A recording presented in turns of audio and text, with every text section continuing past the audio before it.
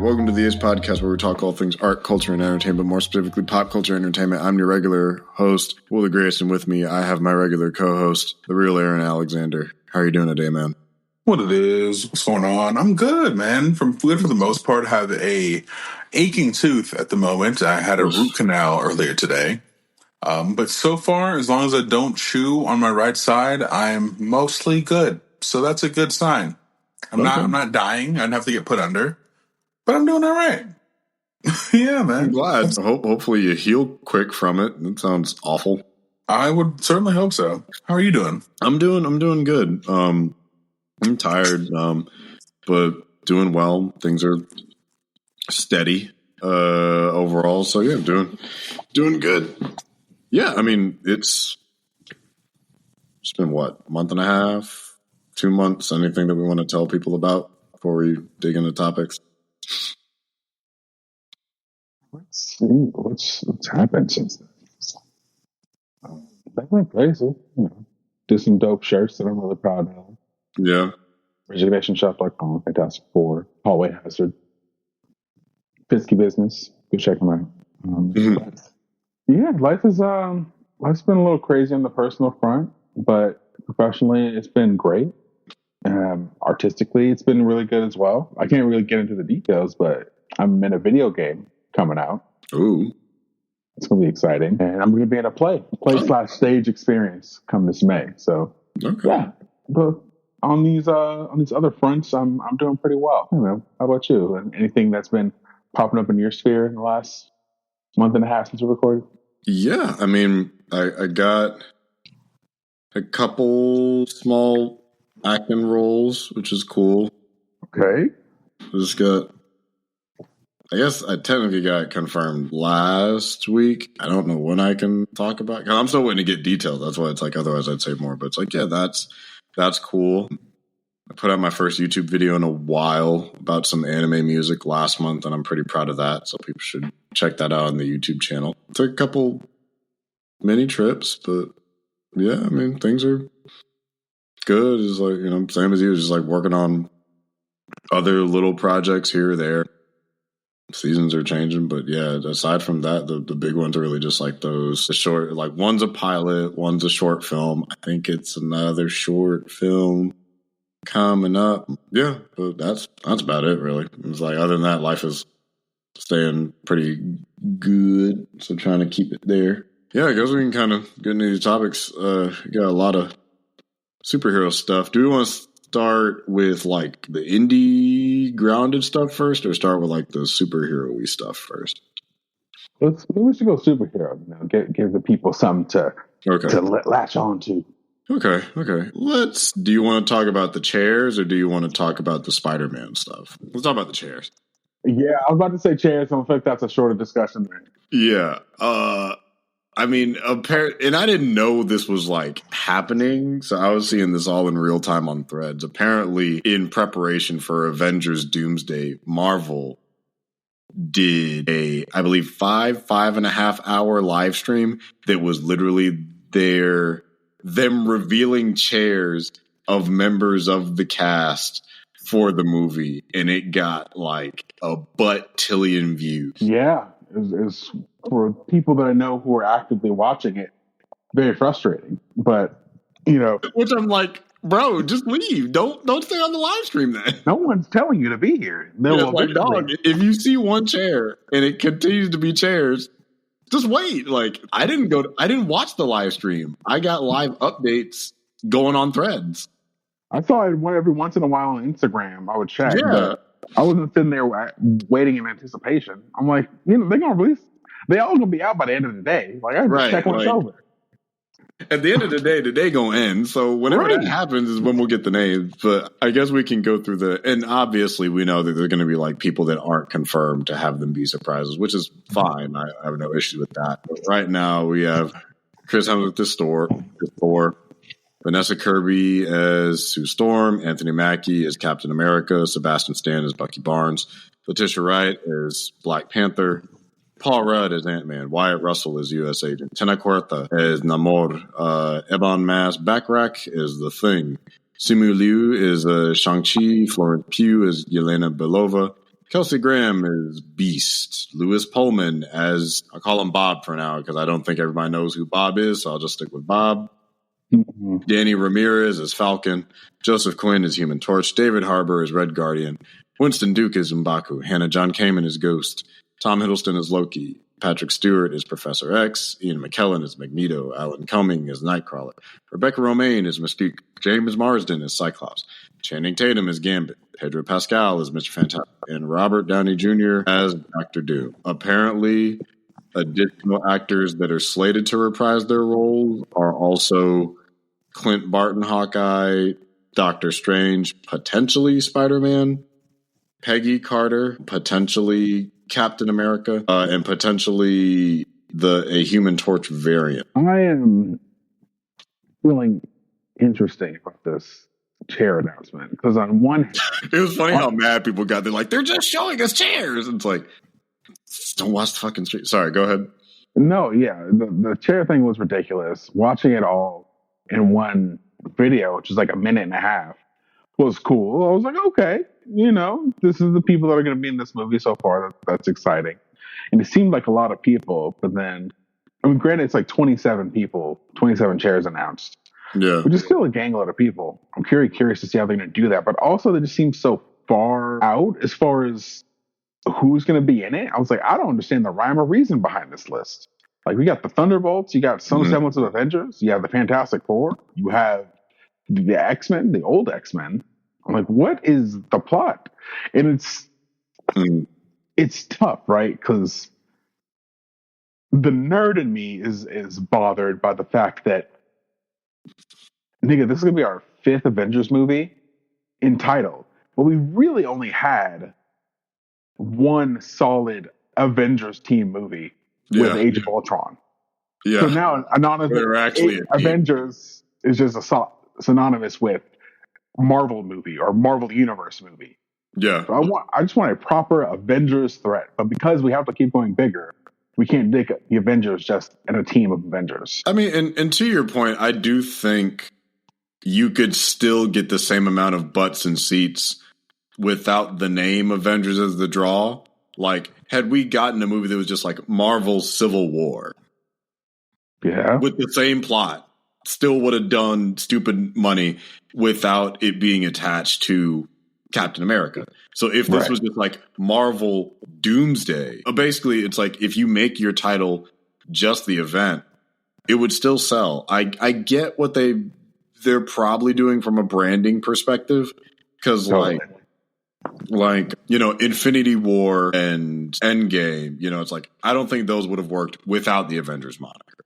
I think the Avengers are, like, them reuniting is a big part of the plot in both movies, of them, like, them being separated and them coming together. So it's like, I think that does fit, even though, like you said, they haven't really been a team since Age of Ultron. But here it's like, no, the event is just Doomsday. And with all these chairs coming back, it's like it's what it represents. So now, granted, I have a pretty good idea of what they're doing, which is like time runs out and then Jonathan Hickman's Secret Wars, which has all the Doctor Doom stuff in it. But yeah, it was like they could have just called it Marvel's Doomsday and Marvel's Secret Wars without the Avengers moniker attached to it. And the same premise would have got across.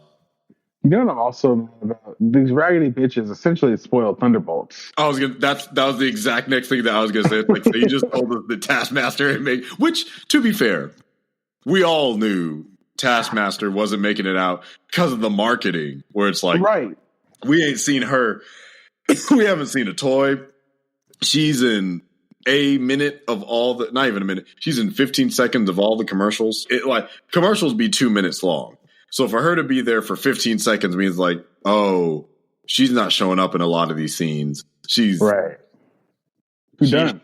You don't see her nowhere. She ain't making it. She won't be. It's like, you don't see her in that car. Thunderbolts 2, baby.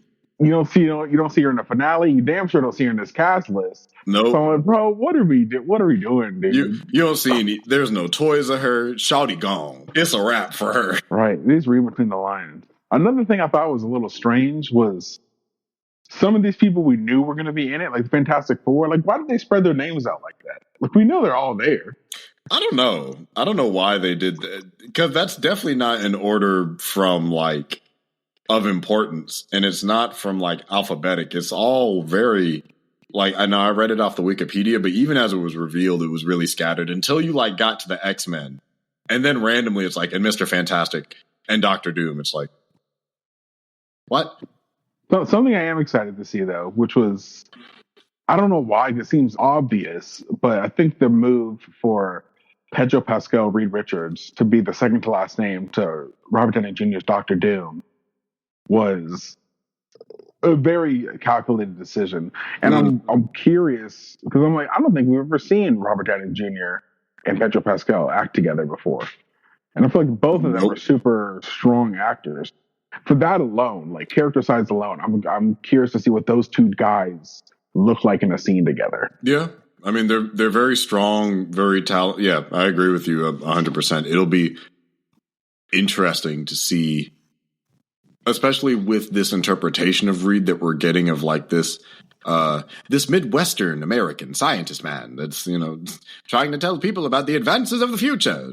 So it'll be interesting to see, because we have no idea what kind of Doom that they're going for writing. Yeah, I saw an interview recently. They said the fact that he looks like Tony Stark is no coincidence and maybe part of the plot. And that Doom is the main character of this movie, all off Thanos in Infinity War. So I think that stuff is interesting. Yeah. It makes me, I don't know, 'cause I feel like a lot of people have apprehension about this movie, because that all these other movies have not really led up to this in an intentional way. Yeah. But I've made the argument, I'm like, I don't really think you need that. I think the movie within itself can establish its own stakes, just like every other movie ever. Yeah, which is like, because I get how people can come to that conclusion, but I don't think the argument is strong, even in Marvel's own history, for that to be the case. Because I think it's like, well, Thanos, like, he showed up at the end of Avengers. He was a bigger part of Guardians, but he didn't really get time to shine until Infinity War. So it's like, yeah, while we haven't seen Doom, like, he might show up in Fantastic Four. I don't care if he does or doesn't. If he does, great. If he doesn't, that's fine. It's their own thing. But it's like Ultron. So I didn't see Thor until after I saw Avengers. I saw Avengers. Oh, really? Yeah. Yeah. Huh. I saw Avengers and Captain America after I watched. Sorry, I saw Avengers before I saw Thor and Captain America. And then I went back and I want to check those out because this was pretty good. I didn't need to know all of Loki's backstory in Avengers because it was written well for me to get that. It's like, oh, this is the bad guy. This is motivation. This is what he wants to do. He'll just write it well. It's like Ultron, for all the critiques that you can have about the movie, he shows up in that movie. You get his premise. You get his motivation. You get why he wants to do what he wants to do. So it's like, so far, like, I haven't, like, I know people have been like, oh, Marvel has villain issues. It's very hit or miss because when they hit really well. And their Avengers movies, like Baron Zemo, even in Civil War, was good. He's one of their stronger villains. Thanos works. Loki works. Ultron, I would argue, works. The execution of that film, I think, is more contentious. But Ultron himself is like, hey, humans have ruined this world, so I'm going to destroy them, based off of what I've learned from history. The motivation makes sense. Yeah. So it's like,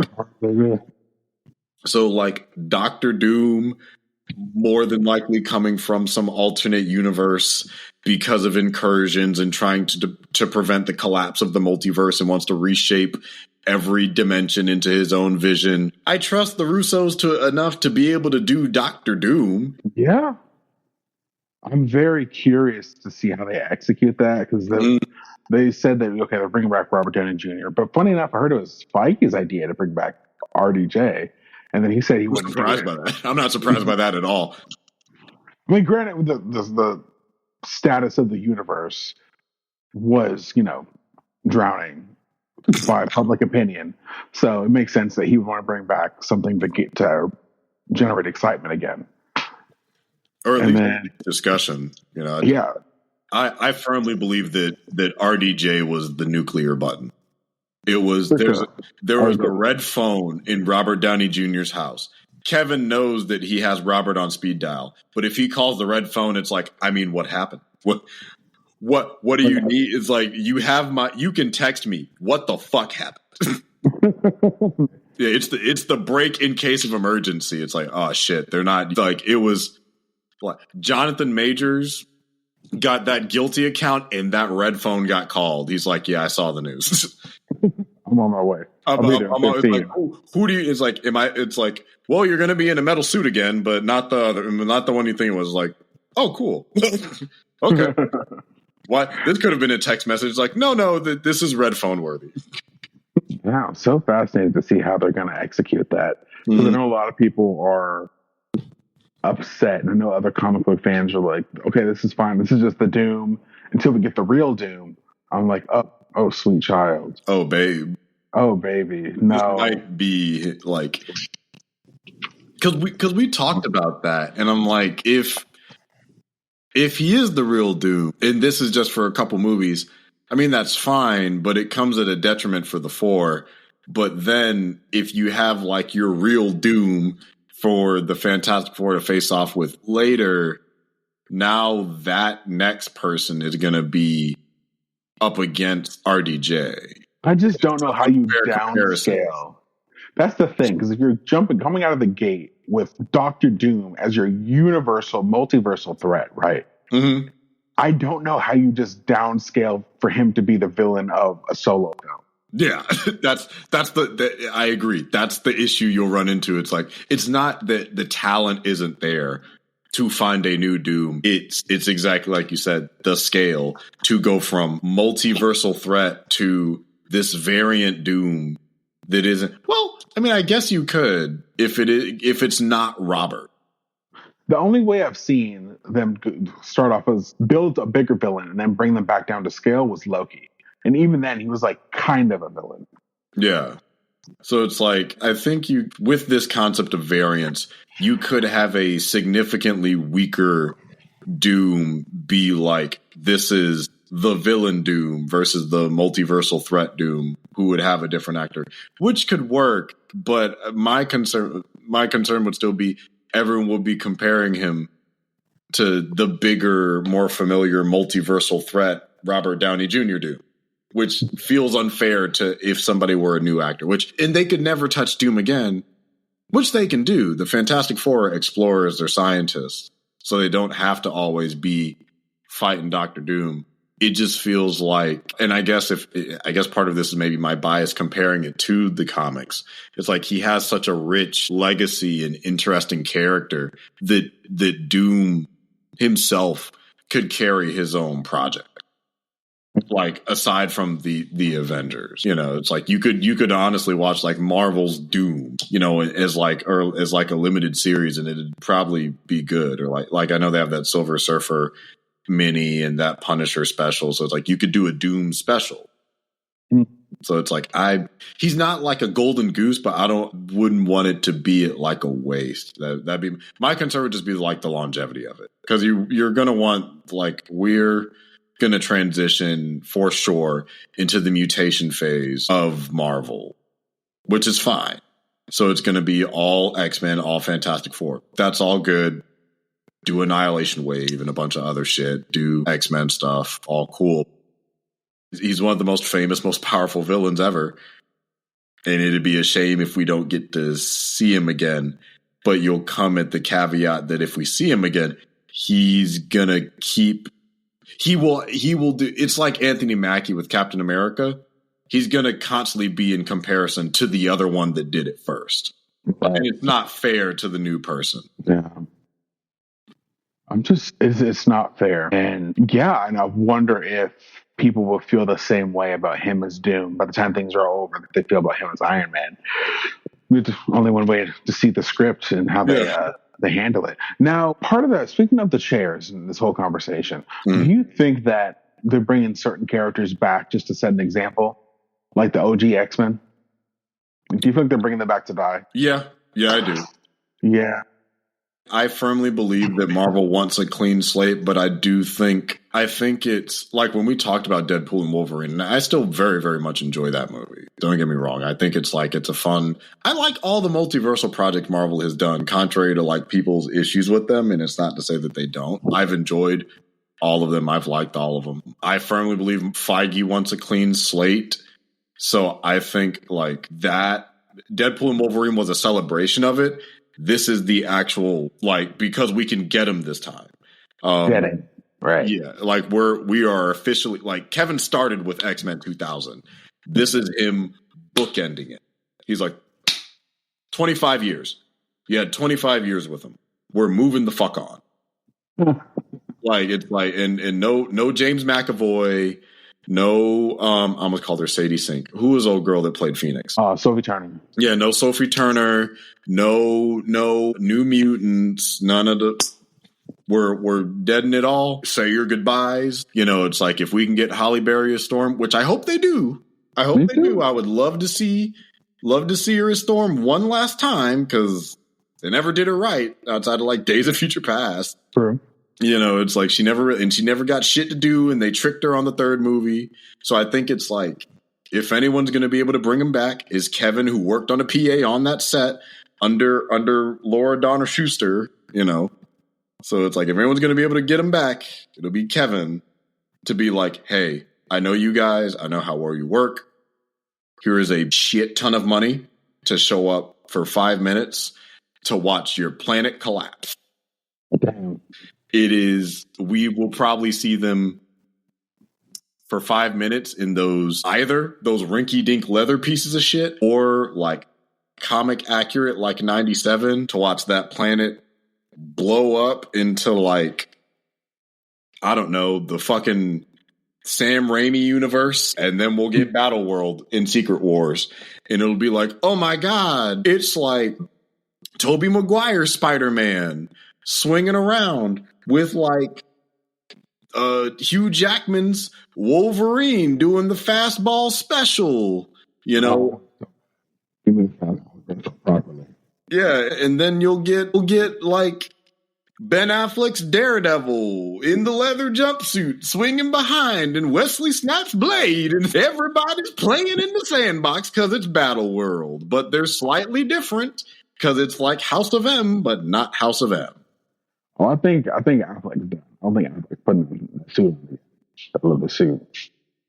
Kevin Feige might call me. Put the suit on, niggas. put the beard down and put the leather jumpsuit on. Here's the dump truck.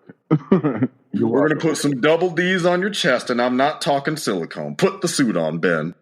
And Ben's gonna be like, "All right, say less." He's going to be, actually, it won't even be that suit. He's like, we need you to put the suit on, Ben. God, is it going to be that leather one? No, you're just going to be a blind Matt Murdock. Just do cat down the street a couple times. No, I'm sure he would show up. Being a Matt Murdock, I'm sure he would. Yeah, just to be Matt Murdock, and then you get to have, who's your boy, the director of Iron Man, who played Foggy Nelson?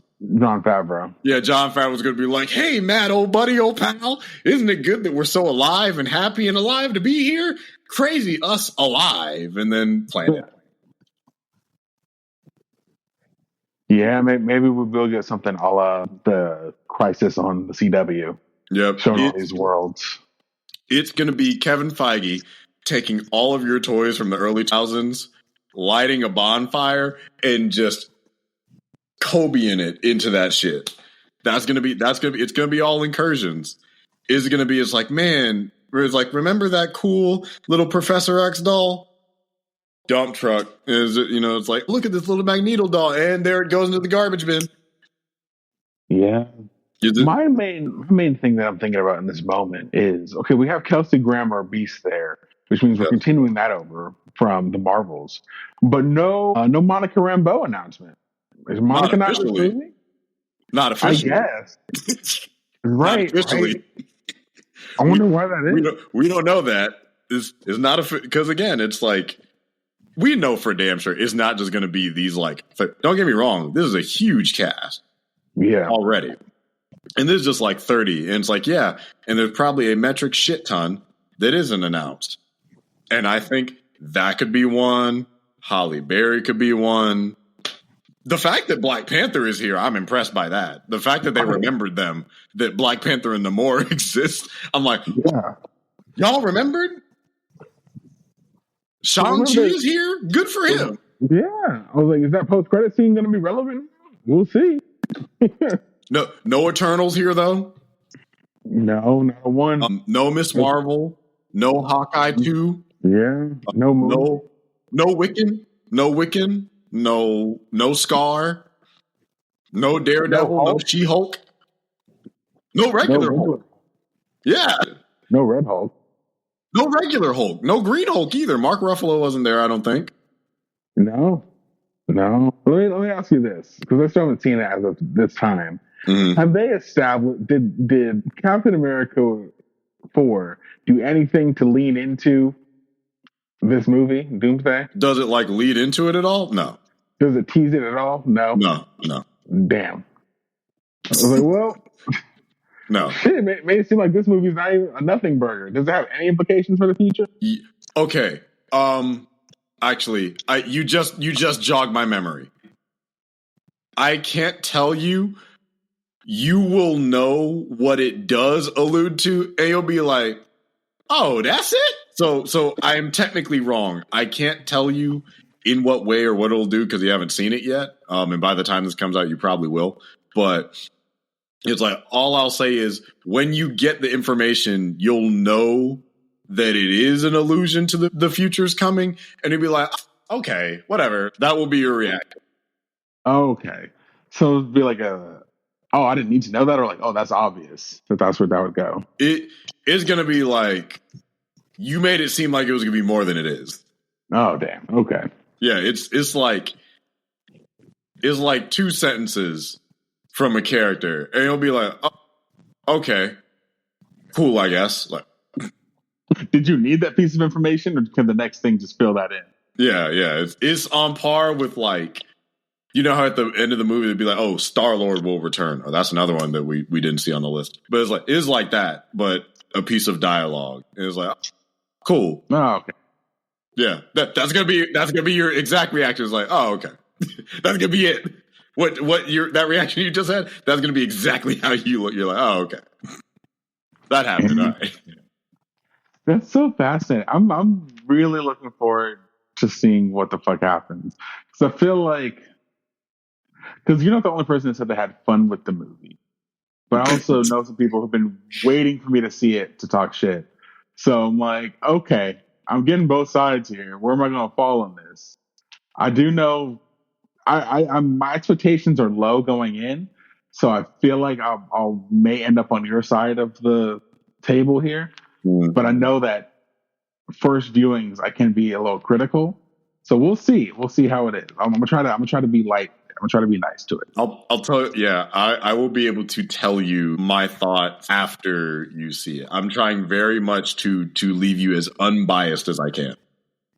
I'm not gonna ask for a response on this, but you did something that was intentional, which leads me to believe something doesn't go right. Because I said Red Hulk's in it, and then you're like, yeah, Green Hulk's in it. That's crazy. Oh no, that wasn't intentional. I just heard you wrong. Oh, bad. I heard you wrong. Yeah, it's like we have no Red Hulk in Doomsday, and we have no Green Hulk in Doomsday either. Yeah, I'm like, I don't even know where you fucking. I gotta see the movie, but I don't even know where you go from making the president a Hulk. What is next from there? But shit, we're gonna find out. I'm gonna find out in a few days. But anyway, I think that this is an interesting cast. Mm-hmm. I have no idea what kind of movie we are getting. Nope. Because I don't think there is a Doomsday comic, to my knowledge. No, they're inspirations. I believe the event is called Time Runs Out, is the book that the Avengers event that leads up to Hickman's Secret Wars, which I'm pretty sure this Secret Wars is taking the most from, because that's the specific one where Doctor Doom is the big villain. He has this great moment where he rips Thanos' spine out of him by his skull. That's cool. Okay. But yeah, I mean, you want to talk about Spider-Man stuff? Please. We officially before we get to the cooler stuff, we got a title for Spider-Man 4, directed by Daniel Destin Cretton. It's Spider-Man Brand New Day. Cool. I mean, it's seeing that name is triggering because Brand New Day was the name of like the relaunch after One More Day, aka one of the most hated events in the history of comic books. To this day, it has had ramifications on Spidey. Like, Spidey has not recovered since One More Day, in my opinion. Now, is Brand New Day as bad as One More Day? No, Brand New Day is just the new baseline after he sells his marriage. So it's like, it's a brand new day. I'm not married to Mary Jane. We're not together anymore. And that's where it starts. It's kind of the most perfect title they could have done after the events of the last movie. Yeah, no, it fits for this movie. And I'm expecting the movie to be, like, good. So I don't have any bad expectations. It's just like if No Way Home was titled One More Day, everyone would have been like, oh, God. It's like if you named your movie Clone Saga. You're like, ooh, like the association is just bad. The stinky, right. Yeah, it just has a stink to it. But I agree with you. It's like Brand New Day is a great title for this. And they changed the logo, too, the Spider-Man logo, which is interesting. I like it. It definitely is more... I can't remember which specific comic book, but it is in line with, like, the comic. Yeah, so I noticed that. It's the same writing team, but a different director. So I'm wondering how much of that is going to play into this. Yeah, I'm definitely curious as well. Is it the same writing stuff? From the other three, yeah. I mean, good for them. Like, I never had any issues with the writing. That's not the Brand New Day. I was like, all right. But God damn it, where's the? I'm trying to find who the team is. Okay, yeah, and we know Sadie Sink's in it. Playing who? We don't know. Yeah, we don't know. It could be anybody. I kind of hope it's Firestar, but if not, that's fine. Yeah, and we got a release date of July 31st, 2026. So we're getting this between Avengers movies, just like the last time, which lends a little bit more credence to the possibility that this will be multiverse adjacent. I'm kind of hoping that it is more. Wait, no, not with No Way Home, with Far From Home. No, Far From Home came out after Endgame. They both came out after Endgame. You're absolutely right. I'm misremembering. That's on me. You're right. The in-between movie was Ant-Man and the Wasp, which is understandable to forget. You saw the face I made. And no, the two in-between movies were that one and Captain Marvel, because I was also an in-betweener. Captain Marvel was the in-betweener I was thinking of. Aggressively mid, and that's okay. Both of them. Sorry, I'm on the Wikipedia page for Spider-Man in film. If you look it up, it's the funniest series of photos because it's Tobey Maguire in the suit, Andrew Garfield in the suit, Tom Holland in the suit, and then there's a picture of fucking Shameik Moore. And I know when he did this because I took a picture with him this weekend. It's a picture of him from GalaxyCon.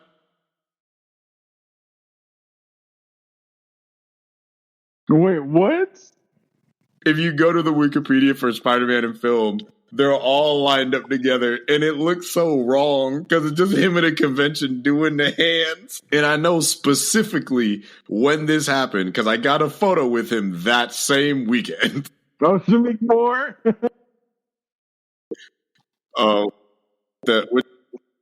Which I guess we can talk about Beyond the Spider-Verse. We got our first kind of looks, and we got a confirmed date for June 4th, 2027. Okay, this is interesting. We are getting different directors on this one. Bob Persichetti and Justin K. Thompson. Cool. Lord Miller is still like writers as well as David Callahan, which makes me... He was on Across the Spider-Verse. Okay, I'm not that worried. But yeah, we got our first kind of pictures of things going down. It looks good. Looks real good. It's pretty. They said that they're going to be trying some new animation techniques, apparently. For which one? For Beyond the Spider-Verse. Yes, I did see that, which is exciting. Mm-hmm. Yeah, so they're trying to take the time to make the movie right, and I'm hoping they give their animators fair enough time to just don't get me wrong, Across the Spider-Verse is gorgeous. One of the prettiest movies I've ever seen. One of my favorite animated movies of all time. Let those be. Here's the thing.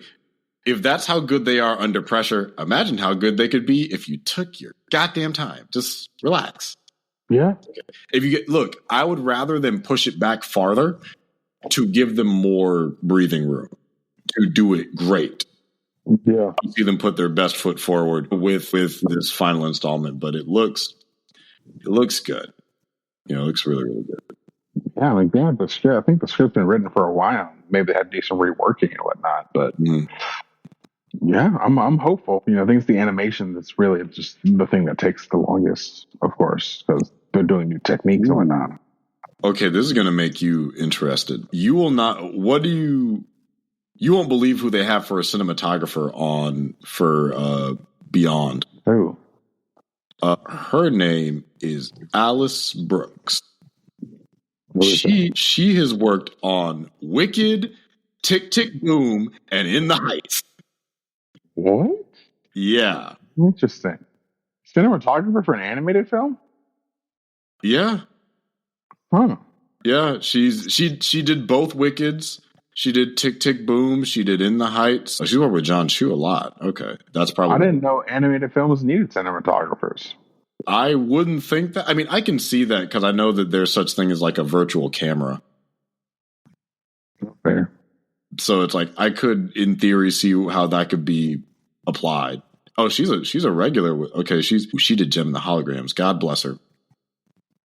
Ooh. She's done a lot of stuff with John Chu though. But yeah, if she did Wicked, we're in safe hands. Wicked was good. That movie looks phenomenal. So we are good. Was there cinematographers for the first two Spider-Man? First two animated? That's a great question. Probably. Who's the cinematographer? Where'd it go? Who is the team? Who made this thing? I'm not getting an answer to my question. Let's see. That's a production design. It's weird. I'm not seeing one, so that's interesting that there. Wait a second. Why is there a cinematographer for an animated movie? Thank you. That implies something. No, the live action segments, perhaps. That implies that there's more extended live action segments because there were some in the previous movie, and we don't see a cinematographer for that. Mm-hmm. I'm very perplexed by this presence now. And is there one for Into the Spider-Verse? I don't see one. What the fuck are they about to do? What new type of filmmaking are you about to do that requires you to have a cinematographer for an anime? Don't get me wrong. It's not that they don't have like directors and producers and digital cameras and things like that to help with the visuals. I haven't seen this before. Yeah, that's why I was like, that feels odd. They're about to do some new shit. Yeah, I mean, the second one did. So I imagine they're just going to push the envelope even further for the third one. Yeah. But in what ways is the question? Yeah, what the hell? Yeah, what the hell is she? What the hell? What the hell is she posted the photos on her Instagram? Oh wow! Yeah, it's like a week ago. They're the photos from CinemaCon. Beyond excited to share some images from my latest project. Well, she's a cinematographer, so I guess that has to be what she's hired for. What the fuck is she about to do? Don't get me wrong, I trust her, but I'm like, they're about to do some shit the likes of which we may have never seen before. And it's like, I'm excited, but also like intimidate. Like if they pull off whatever it is they're about to do, this could revolutionize animation. And that's kind of scary that it's just a fucking Spider-Man movie. Yeah, I'm looking it up on Google. I'm like, yes, animation films absolutely have cinematography. So okay, so it's not an uncommon thing, but yeah. Let's see. Like it's not like that's never happened. That I can definitely believe. It's just strange that they didn't have, at least as far as I can tell. I didn't see one. And maybe I didn't check the right resource, but I mean, what did you think of some of the images that they showed? Shit. That was cool. That was really cool. The cinematographer in the Spider-Verse wasn't a traditional cinematographer. in a live action sense. Instead, they were responsible for the visual style and look for the animated film. Yeah. The main contributors to the visual style were directors Chris Miller and Rodney Rothman, and the animation and visual supervisors included Amy Pascal and production designer Donja Plummer. Okay, so maybe they didn't have traditional.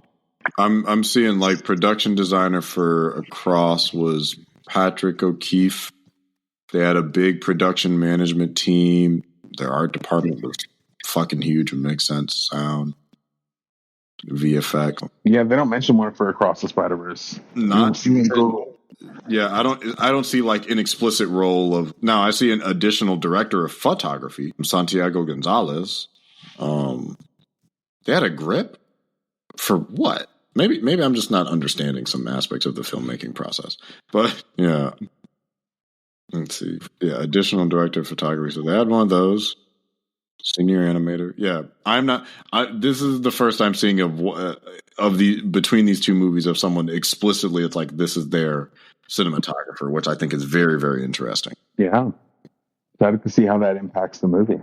I am too. That's very unique. Not a lot of animated movies need that. But yeah, the images look cool of what we're seeing of Miles and Miles G and him and Gwen standing alone in the place that we don't know. But, I wonder if the show has any cinematographers or a cinematographer. Like any of the shows? The most recent show. I mean, we can. It's also animated or 3D animated. You want to talk about it? Yeah, we can look it up. We should get into it.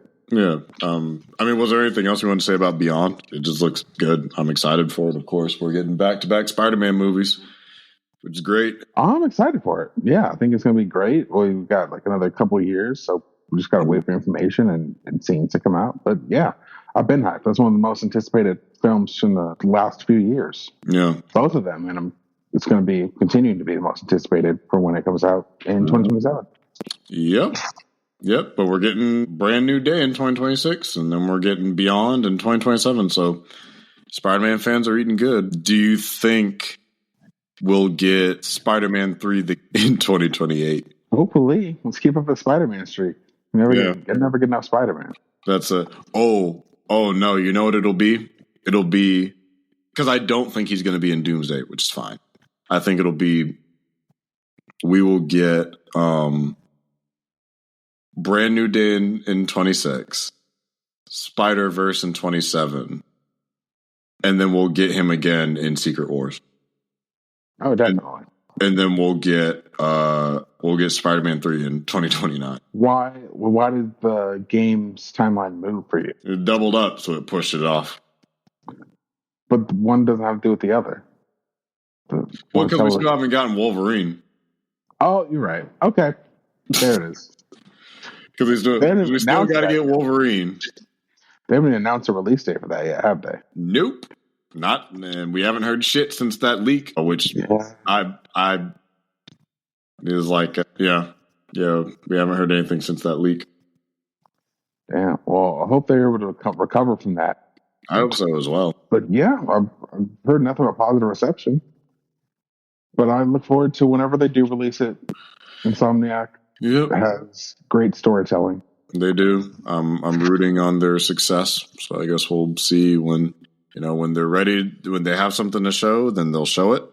And not a moment later beyond that. So I trust them. It's I just hope they don't have to deal with the stress of like an overinflated budget or anything or any other future issues. So I guess we'll see. But yeah, we can talk about a friendly neighborhood Spider-Man. I just now realized that I've been abbreviating it as Black people do. I thought it was just friendly neighborhood Spider-Man, which I thought was funny because it's like, oh, it's FN Spider-Man. FN Spider-Man. It's your friendly neighborhood Spider-Man. Yeah. Yeah, I like my version better. Like the same way I say Alphaba. So even the comics version, you thought it was friendly neighborhood Spider-Man? Mm-hmm.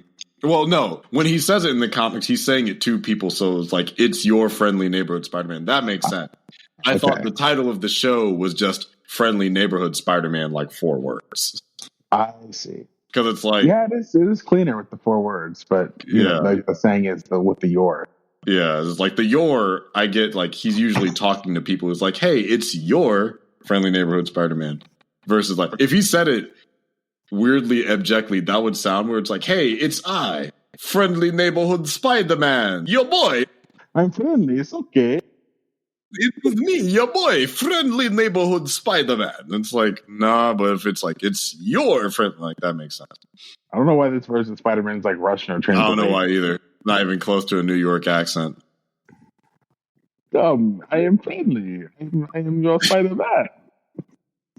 But what is he supposed to? He's from Queens, but he's just like, hey, come on, it's your boy, friendly neighborhood Spider-Man. Dead ass. You trying to get saved, B? You trying to get saved? Come on, yeah, it's your boy. Hey, I need that, yo. I need that Spider Burger the Aki way, yo. It's like, yo, are you Spidey dead ass, son? You better move your ass before I catch you with these fucking Tims, bro. Can the Spider-Man get a bacon, egg, and cheese, please? Hey, bacon, egg, and cheese. Your friendly neighborhood Spider-Man, come on. Hook me up with the Spidey special, the Aki way, you dig? Yeah. That was so good. I need Spider-Man to talk like that from now on. We were close with Amazing Spider-Man. We were close. He had the accent. Hey, I'm walking here. It's like, that does sound like New York. No one understands the concept of the mask. I just did 90% of your job for you. Andrew Garfield, you tried, bro. You tried. He was great. He's a great Spider-Man. He's still the best. He's always going to be special in my heart. It's still one of my favorite movies. But yeah, so we're talking about friendly neighborhoods. But sorry, your friendly neighborhood Spider-Man needs to specify. What did you think about the series overall? I loved it. I absolutely loved it. It was my second. Oh man, it's tough because I watched a little bit of Ultimate, and I tried to watch the one after Ultimate Spider-Man, and none of them were just hitting. Yeah, and I rewatched Spectacular recently, and it still holds up. Still my favorite show of all time. What else can you say is peak? Exactly. It's peak. And the only thing to rival that is the Spider-Man games, because I feel like they are able to capture that thing about Peter and Spider-Man and his world. And I think this is the closest thing we've seen to doing that since that show, movies included.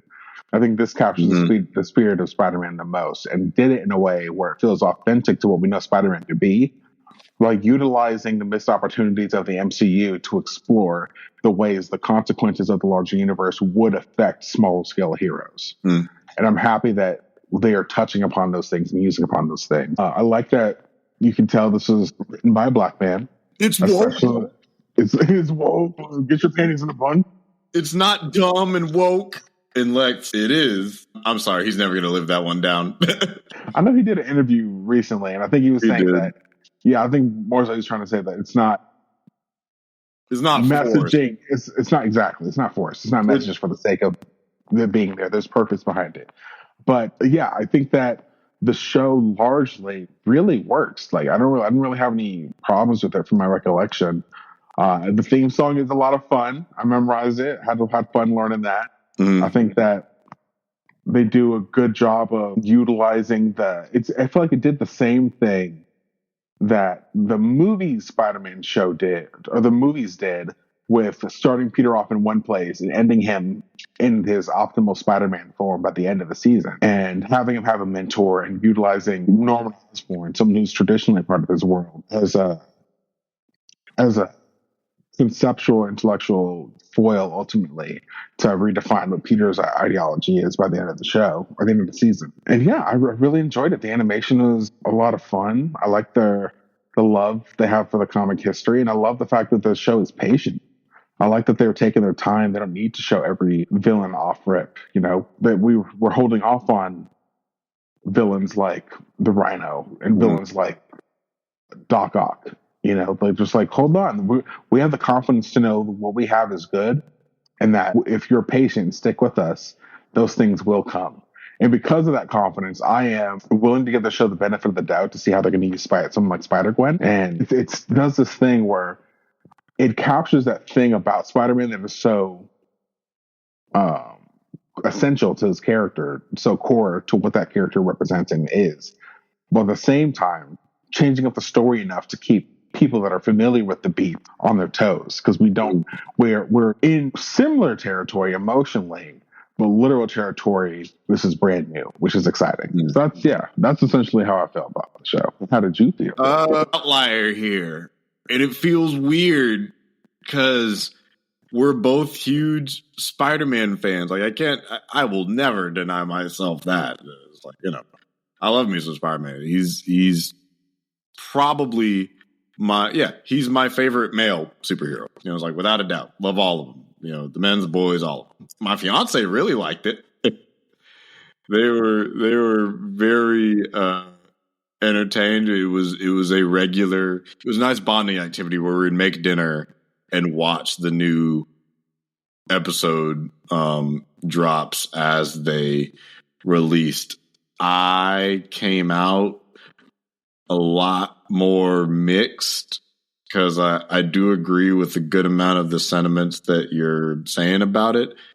My biggest gripe is that I didn't really care much for Pete or Spidey in that dynamic until like the last 3 episodes. I am also, I think, getting to that point where I'm not, to, I guess, preface it, I never was. I don't think technically we're in the core target demographic, because I think ultimately like this is kind of like a family show, similar to like Avatar: The Last Airbender. So it's not only for kids, it's not only for teens, it's not only for adults, it's for everybody, because everybody loves Spider-Man. I feel like I'm aging out of high school Peter narratives, so they don't interest me because they haven't done anything really unique. However, they've done some great character work with everybody, I think, that's not Pete. Like, all the Pete and high school stories, in terms of like, there's no reinventing the wheel.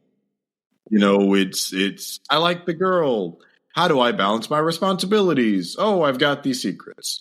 It's like, but it's like, I'll give them this much. It's like, oh, but now he's working with Norman Osborn. So I think the work they do with Pete's supporting cast is infinitely more interesting. Like, if you were like, look, this is just the Tombstone show, I'm in. Like, that art had me very invested. And then, like, Tombstone interacting with Pete, like the fact that they were friends and he wasn't his bully. I like that. The fact that, like, Lonnie was lower income and joined a gang to keep his brother safe and eventually pushed him away from his relationship with, like, Petunia.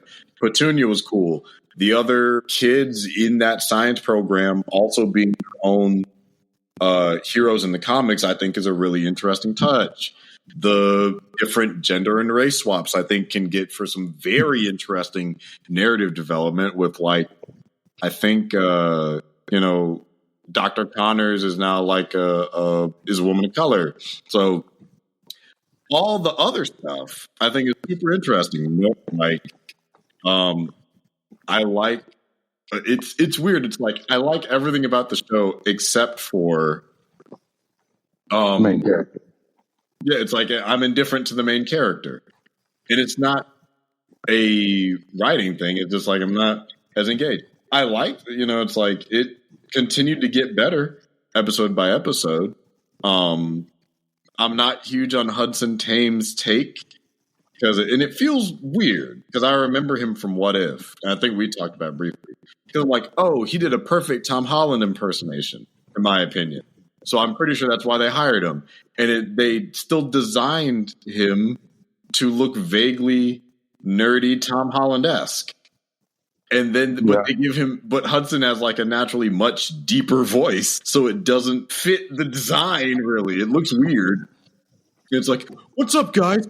Parker? Oh, it's your boy, Peter Parker. And I'm like, that doesn't sound like, somebody that was a 15-year-old with a deep voice, it was hard for me to believe it. Like, when he was Spider-Man, fine, he's in a mask. But it's like, I didn't really like the Pete design that much.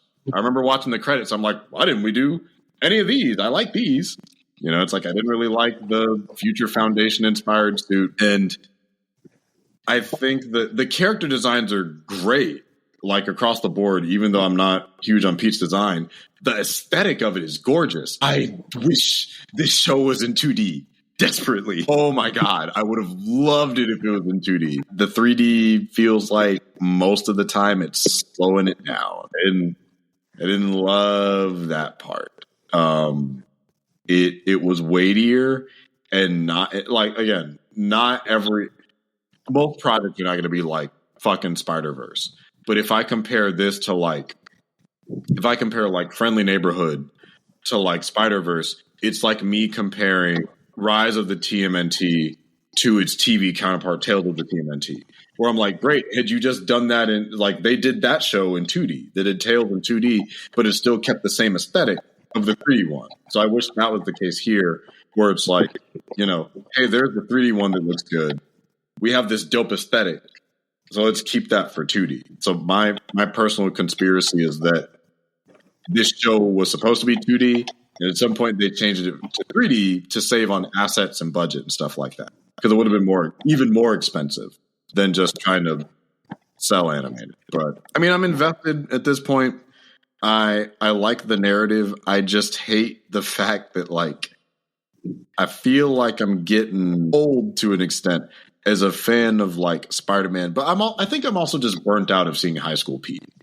But they do such good work with the background characters, like Lonnie, like the setup that they do with Nico, like Peter's friendship with Harry and how that develops.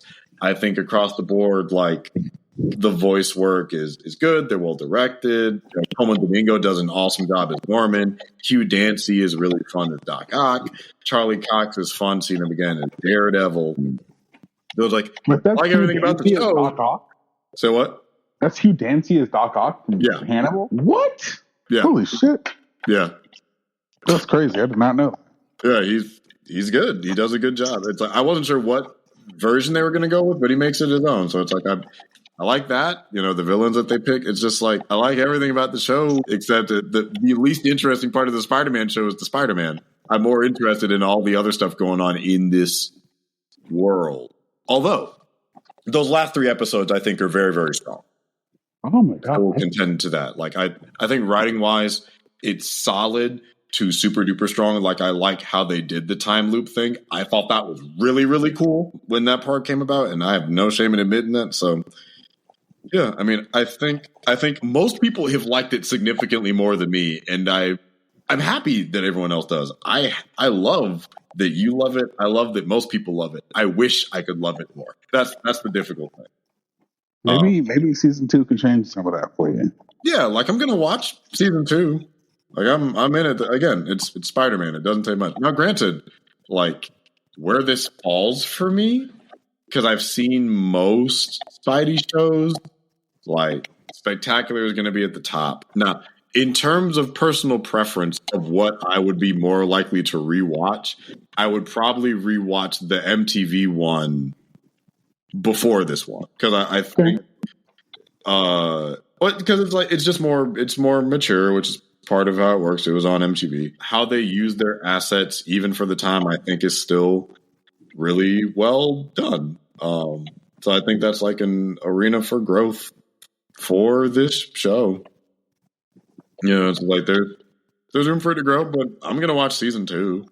Like, by no means do I think this is a bad show. It's a show that I want to continue to get better, and it's one that I want to love. Like, I want to be as passionate about it as I was for like X-Men 97, where I'm like, oh, this is awesome, I can't wait till next week.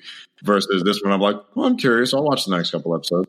It's like, this is a great, like, date night activity. It's like, oh, we made dinner, let's watch the new Spider-Man episodes. But it was like, I didn't really get excited until like the last third. I do like their rollout for this, though. I do like that they gave us like 3 episodes, and the episodes were decently long. You know, I like that there were stakes and things like that. So I have more positive than negative, but my negative is just, it sucks that it's all Spider-Man related. That's the thing I hate.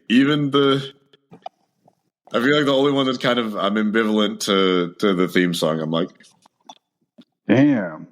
Yeah, it's straight. I I want to love it. Everyone else likes it. And I guess I'm kind of over we took the original and we remixed it and threw a couple rap verses in there. And I'm like, it's fun. It's cheeky. Yeah, there's nothing wrong with that. It is a perfect fit for what this is. I'm glad that there's a cartoon that has a damn theme song in the first place, instead of it just being like 3 bits of like a harmonica or a guitar just like do do do do. Like I'm like, hey, it's a theme song with some fucking words. Hell yeah, I'll take a theme song over no theme song. It's like people like it. I'll take that any day. So kudos to them. Kudos, what is it? The Math Club featuring Relay and Mello Makes Music. Congrats to them. This is a great gig. I'm happy for everybody involved. I want them to succeed. I want everybody on this project to win, and I want this show to get better. Me personally, I just want to love it more. That's all. That's my thing. I want this show to be great. I want people to love it. So far, people do. Dope. Keep it up. Like they clearly know what they're doing because they're hitting most of their target demo. I'm an outlier on some of it, and it's like, but I'm gonna keep watching it. I'm gonna keep supporting it. Look, when is the next time I'm gonna get a story about Lonnie Lincoln that I give a shit about, or when's the next time I'm gonna see Nico Minoru in fucking anything? I get a chance to see a female version of the Lizard. I get to see a black Norman Osborn. Hell yeah, I'm watching this show. Yeah, no, it is. Some of the stuff is pretty rare. It's pretty rare. So, hey, listen, brother. I think that it is perfectly okay. So everyone has different mileage for things. You like Doctor Strange 2 more than I do. That's true. I can't stand that movie. So, different strokes for different strokes, brother. Yeah, I'm definitely going to be tuned in for season 2 that comes out next year, and season 3 as that comes out. Like, keep it coming. Keep it up, Jeff Trammell.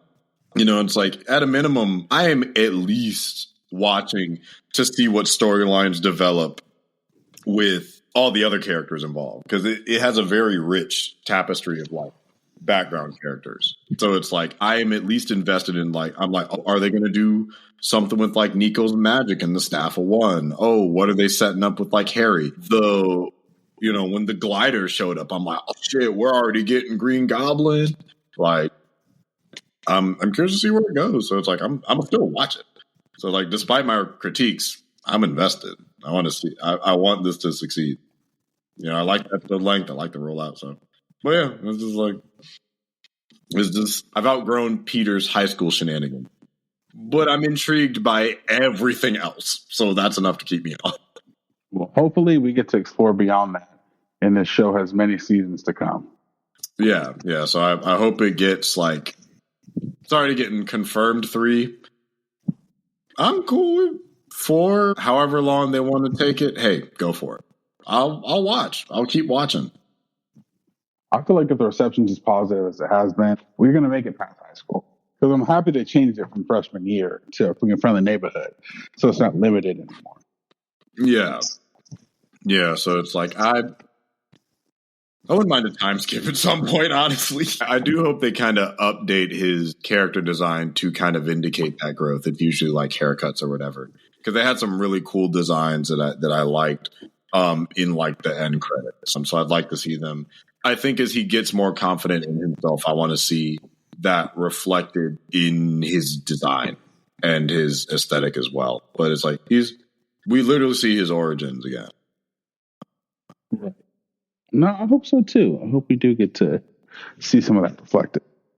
Yeah, this is man, this is a really good cast. Sorry, I'm looking at this is a strong, beautifully colorful cast. Yeah, and that no. What? But you had mentioned the Spider-Gwen thing. I didn't know if you were serious or not. Oh, you didn't know about that? No. Oh, it's real-time reactions. Why she gotta be in everything, bro? You couldn't have used Silk? Silk's right there. Do it gotta be Gwen? Listen, brother, I'm giving it the benefit of the doubt. I trust the vision. The show did its job by getting us intrigued by doing something different. I do.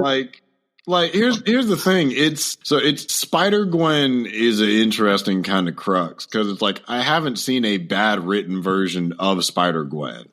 Like in the movies, she's well. In the comics that I've read of her, a decent amount of them, it's like she's fine. So I don't think she'll be bad. I'm just like, there's other spider people and spider wit, but it's popularity.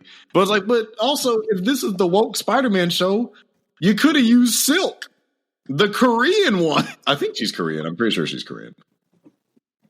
It's like we already diversifying it up. We got a Black Norman, we got a Latino Scorpion. You know, we got a I'm not sure of her ethnic background, but we got a woman of color lizard. Like we got a lot. But hey, I think Lizard's black. Is she black? I think so. I mean, that's cool with me. Oh no, I think she's. Let's see, her actress is Arab American. Arab and Pakistani. Okay, so my guess is she's Middle Eastern. Okay. Going off the voice. Okay. Which is still dope. Yeah, I agree. Yeah, so it's a good show. You know, keep it up. I'm gonna watch season 2. I don't know. You got any other points about it? No, I'm excited. I think the writers are doing a really good job. It's my second favorite Spider-Man show since Spectacular, and with room to grow. Maybe the directions they take it. Yeah. A lot of things for shit to hit the fan, get more real. Get to see Norman Osborn establishes a threat from the beginning. Mm-hmm. See how that evolves. See what Peter's relationship is with Norman Osborn, or Otto Octavia. See how that evolves. And yeah, I'm just excited and curious for the future. That's where I'm at. Yeah, I'm gonna have to sit on where this ranks for me. I think because my personal opinion of like is going like what would I most likely rewatch if they're like all in front of me. And I'm feeling like it's trending a little bit more towards the middle. But hey, we're both gonna watch and support it. Yeah. Shout outs to Jeff Trammell. You were doing your thing, brother. You're cooking with gas with this one. Yes, sir. You know, dude, it's like, look, he was a black guy who said, I get to show run Spider-Man, baby. You know, so it's like, I respect the work that him and his team put in on this. No, they're doing some good stuff. And yeah, season 2 is, I imagine, only going to go crazier. I'm excited to see what happens to Lottie. This is uncharted territory what we've seen for him. Mm-hmm. Yeah, there's a lot of good setup that I'm interested for the payoff for. You want to move on to our last superhero topic? Oh, yeah, let's do it. All right. So have we both seen Invincible season 3? We have. Okay. How are we feeling about it? I largely like it. I think, okay. No. Let me alter my statements. I very, very much enjoyed season 3. I think that the not meandering, that doesn't feel like the right word, but I felt a lack of focus in this season, and I felt like they weren't taking the stakes seriously for all the threats that they established. Mm-hmm. But it seemed like by the end of the season, that was intentional because they got their shit rocked for not paying attention to the actual threat that was at hand. This is most of the season, like, what are we doing? We're doing the Cecil shit. We're doing like the side story with a robot. We're doing the side story with Rex. Like, nigga, the Viltrumites are coming. Why are we just like lollygagging right now? Then I was like, oh, there it is. Oh, we got our shit rocked out of nowhere. Like, yeah. They surprised the audience with the Invincible War, just like they surprised the characters with how intense that it got. Which I'm like, okay. Is that how it goes in the comics too? With the Invincible War? Yeah. Yeah.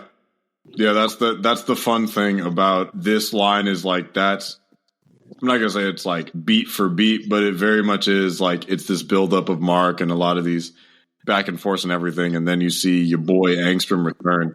And so it's Invincible War, and then it is straight into Conquest. What?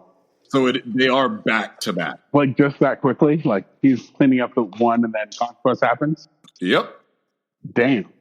That is crazy. Yeah, let's see. Where's the... Do you remember how many issues Invincible War was?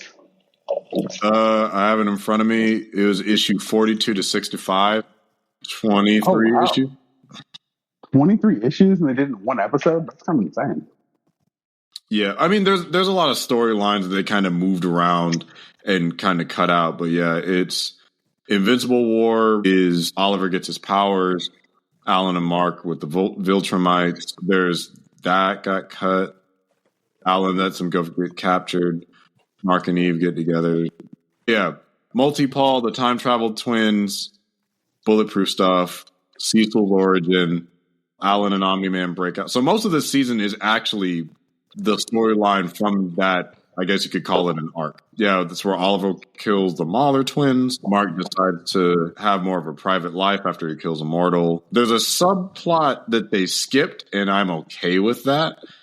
I hope they don't bring it back about Amber having an abusive boyfriend. So I hope they just skip over that. But yeah, the Powerplex stuff, and then Angstrom Levy 2 and Conquest. So this whole season was pretty much that whole arc from Oliver getting his powers to Mark fighting Conquest is that 23 issues. Would you say that this stuff represents a changing point for Mark? Or is this just we're still on the way to the major changing point? I think this is the period where you see him be forced to change, because one of the big, I think, themes this season is Mark's naivete and stubbornness and his kind of very short-sighted ethos, because he is, a 19-year-old that's also the strongest organism on the planet of Earth. So it's like he doesn't realize how threatening he is, and that's why Cecil has to even point it out. Now, granted, Cecil's ability to communicate certain things isn't the best either, but Mark very much does not do a good job at listening to other people and kind of takes a royal ass beating for it to be drilled into his head. So this is true. Boy, don't be listening to nobody. Now, this won't be the last time he learns lessons like this either. Part of what makes Mark invincible is not so much his body; it is his kind of willpower. But with that willpower comes a lot of stubbornness. So sometimes it takes a little bit for him to shake something off and change. So he is very human, I think, in that sense. As somebody that works with people in my day job, motherfuckers do be stubborn like this, and especially if you're taking like a 19-year-old and making him a superhero, he is going to be a little bit of a my way or the highway for a bit. He hasn't lived enough life, and a lot of it is thinking that he wants to live outside of his dad's shadow instead of establishing himself. So he still does some really immature shit that's going to get on people's nerves, but that is kind of how his growth has to be. Damn. Do you feel like you've seen the thing you're most excited to be adapted as of yet? Nope. Ooh. I can't tell you because it involves a character that hasn't formally been introduced, but I will say one that has been introduced is Battle Beast, and Battle Beast is involved in that moment, and I will say no more about it. Okay. I've seen people teasing there's a Throg. Is that the guy's name? Thrag. Yes. Thrag. Okay. Yep. What can you tease about Thrag without spoiling things? Thrag is a bad motherfucker. Is he worse than Conquest? Yes. Oh my God. Jesus Christ. Okay. Yeah, wow. Yeah. Like, don't get me wrong. Conquest is an absolute goddamn nightmare. But Thrag is something. Ooh. Okay. Thrag is different because unlike Conquest, he doesn't do it for sport. So their motivations are different. I mean, they're different characters, obviously, and Thrag's role is very different in terms of what he represents. But yeah, so I'm curious what they'll do in terms of adapting him. I'm also very curious about who they're going to get to voice him, because they got, who's your boy from Walking Dead? Jeffrey Dean Morgan to voice Conquest, and he did a great job. Yeah, I was going to say it's a comic book thing, because you watch the first season and then you read the comics. Yeah. Now you're watching it from that point of view.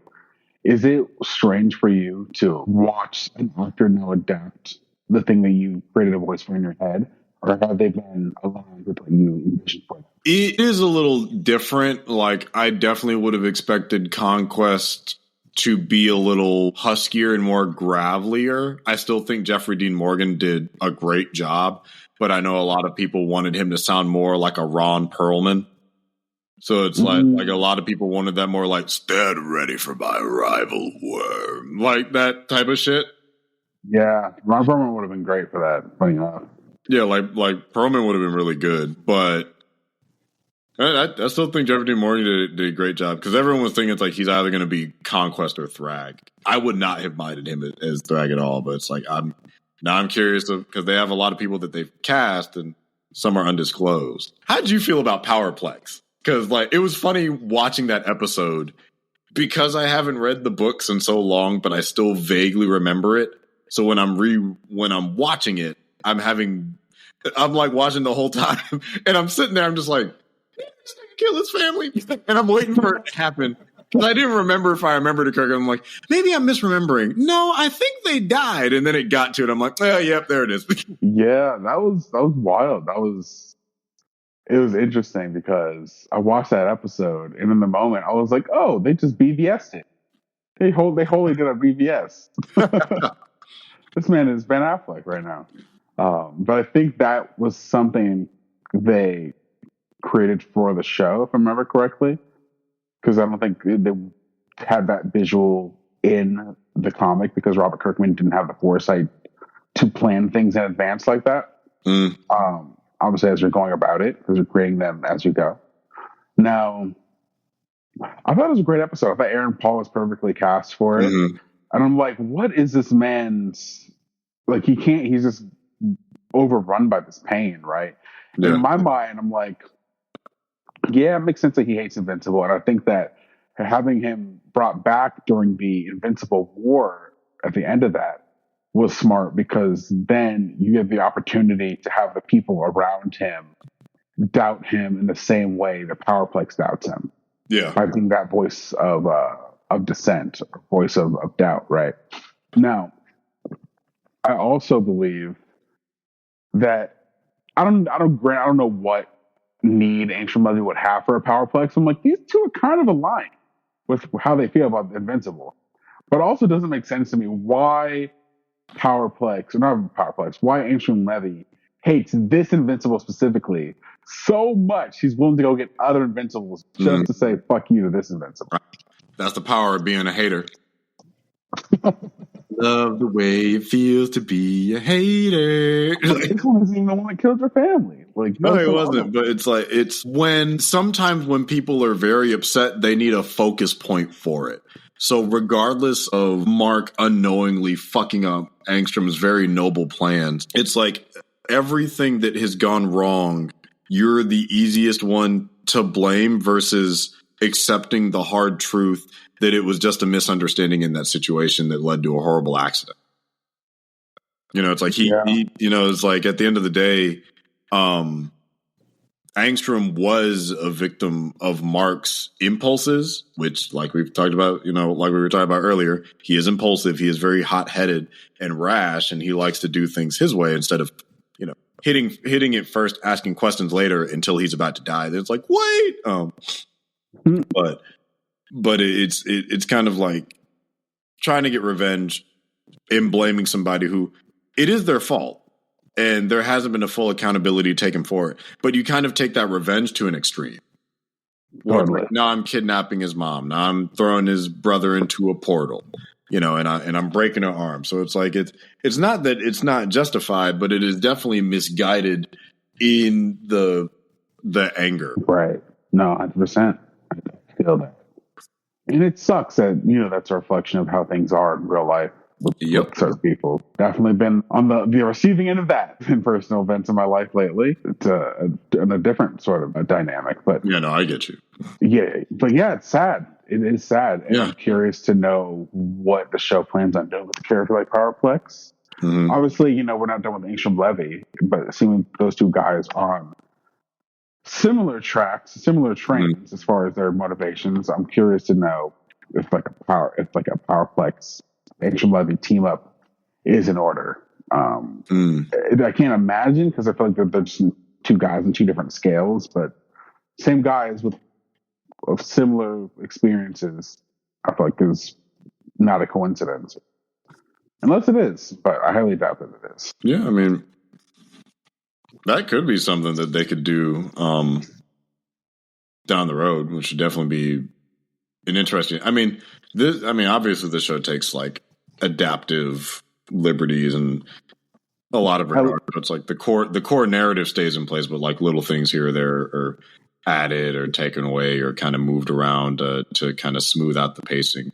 Like I love that because this show's like the comic book show / comic that loves comics but subverts its tropes. Mm-hmm. And I feel like a great thing within mainstream comics that's done that, or at least CBMs, was the Spot. Because you thought he was going to be a nothing burger and then turns to be this big villain. And I think that would be cool if they did something similar with Powerplex, because he seems like a villain of the week. Same with Doc Seismic. I'm like, oh, this motherfucker is back again? Yeah. Yeah, how they executed the Doc Seismic stuff was really interesting, because I might be misremembering, but I don't explicitly remember that from the books, but also it's like 140 issues, so I can remember every little detail. Most of the Damien Darkblood stuff was new at the end there. That was new, because I'm like, I remember a decent amount. I don't explicitly remember that. Now, one of the fun theories is people think that it could be a gateway to pull in Spawn, who is also under Image, and actually, technically, it was in the Invincible War with my boy Tech Jacket, the motherfucking Jesus. I didn't know Spawn was in the Invincible world. I never realized. That's cool. Yeah, there's a lot of neat cameos if you actually read the books. Like the Spider-Man one actually happened instead of Agent Spider. Tech Jacket shows up multiple times. Savage Dragon, I think, was also in the Invincible War. Oh wow. Yeah, and I believe Spawn was as well. So wait, was the Invincible War something that spanned other books, or was it just Invincible book? I think it was just Invincible, but because those other comics are under Image, those characters were able to show up in the war. Oh, okay. That's really cool. I don't believe it was like Marvel, where it's like, oh, this Invincible War is like impacting all these other books. I could be wrong. As a comic book fan, were you disappointed that Invincible War was only one episode?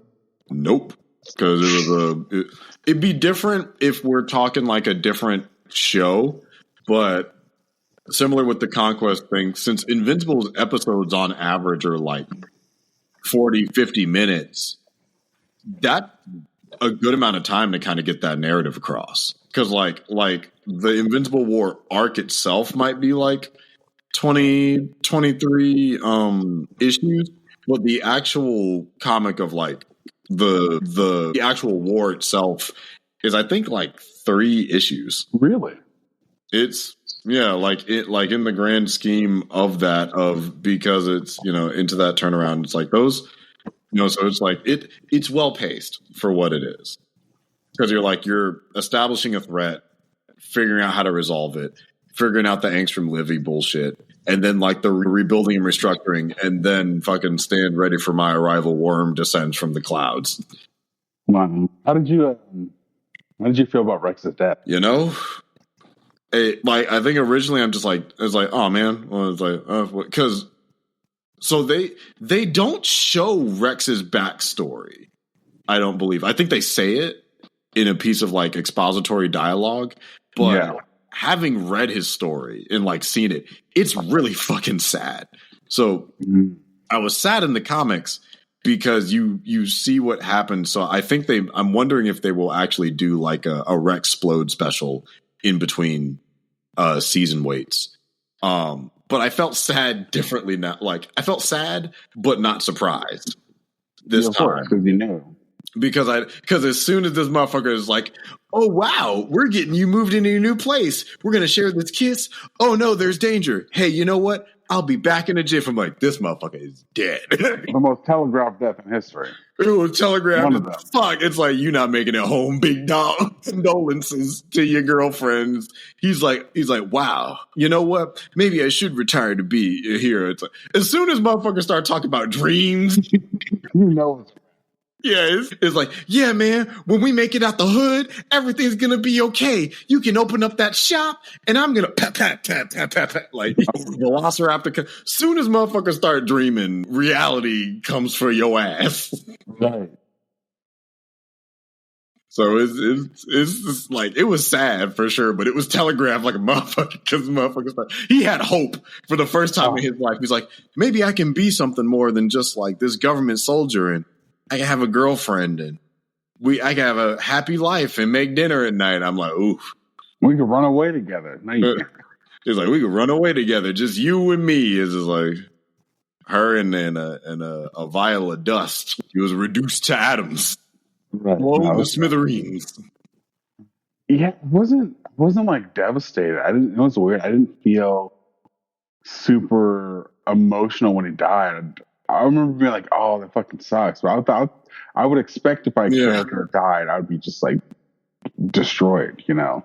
And I'm tossed. I'm tossed because the show has essentially done a great job of introducing new or lesser known music into like its sequences. Yeah, this show has really good music picks. It has really good needle drops, in my opinion. Yeah, I think the Billie Eilish song threw me off because it was like such a well known song. So part of me was like, "Oh, this is really sad." The other part of me was like, "This feels manipulative." But I'm like, "Oh, but it's such a good song. It fits the moment so well." But I'm aware it's happening. It was such a strange experience for me in that moment. But yeah, I think that he had a hero's death. But the real thing we need to talk about though, nigga, was it as weird in the comics as it was in the show that he just took Rex's name? Rudy is just Rex now. Yeah. If memory serves, well, quick point to answer your question earlier about how long was the Invincible War. It was one issue, so I was wrong.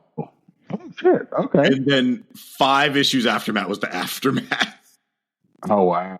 The next 5 after that was just them dealing with the cleanup of all that bullshit. That's how bad it was. Yeah, I mean that makes sense. But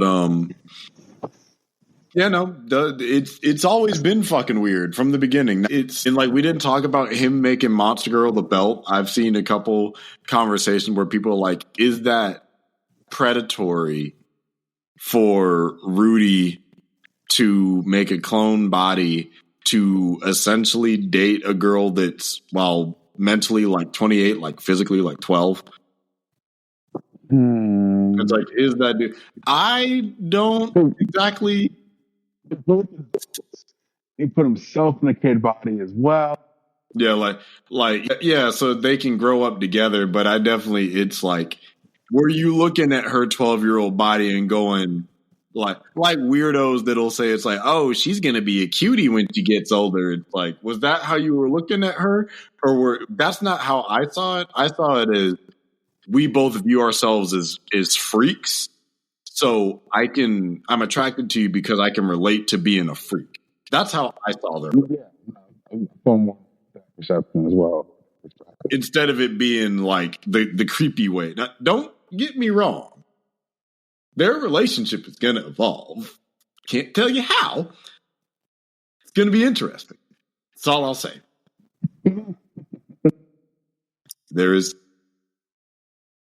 I was just saying, like, there is a lot of interesting character growth for the both of them, with those two in particular. Yeah, this is kind of crazy to look at now. Yeah, the cover of the Invincible War arc right in the front shows Invincible, Adam Eve, Immortal, but also Spawn, Savage Dragon, and the fucking Witchblade. Wow. 3 of the biggest other comics at Image. That's pretty wild. Yeah, everybody and their mama was fighting during the Invincible War, fighting for their fucking lives. Oh, let me ask you this: how did you feel about the rebirth of Eve? Did that surprise you at all? I was just thinking about that as you were talking, and it didn't surprise me because we had the Adam Eve special. We knew that she could do that. I've been waiting for her for like 2 seasons to use that power, but she's never done it. So I imagine the comics when it happened, it was more of like oh shit, what the fuck? Yeah. But in here, I was like, is she going to do the thing that we know that she could do? Because they established she can do that. So, but it was cool when it did finally happen. Because I did for a second, I was like, oh, fuck, she's dead. I guess she's just not going to use that. And then when she finally did, I was like, oh, thank God. Yes, we're doing the thing we established we're going to do. Cool. Yeah. So I do remember reading it in the comic, and I'm just like, shit, she's back? Like, what does that mean? Because there was no special, I think, for her that gave out all that information. Was that like a 1-page spread of her having her super form like that? I think so. It wasn't, I don't think it was a full spread, but it was definitely like a huge chunk of the page was just like her with the glowing orb coming back to life. And it's like, well, shit. Yeah, that was insane. I was happy she was able to take him out. Yeah, it was. I'm seeing it now. It was all over like the page. It was like the glow, the explosion, and then the fucking laser beam. What did you think about Conquest's speech? Because I know that wasn't in the comic. The one that was not that he gave? Yeah, you like whispered in Mark's ear.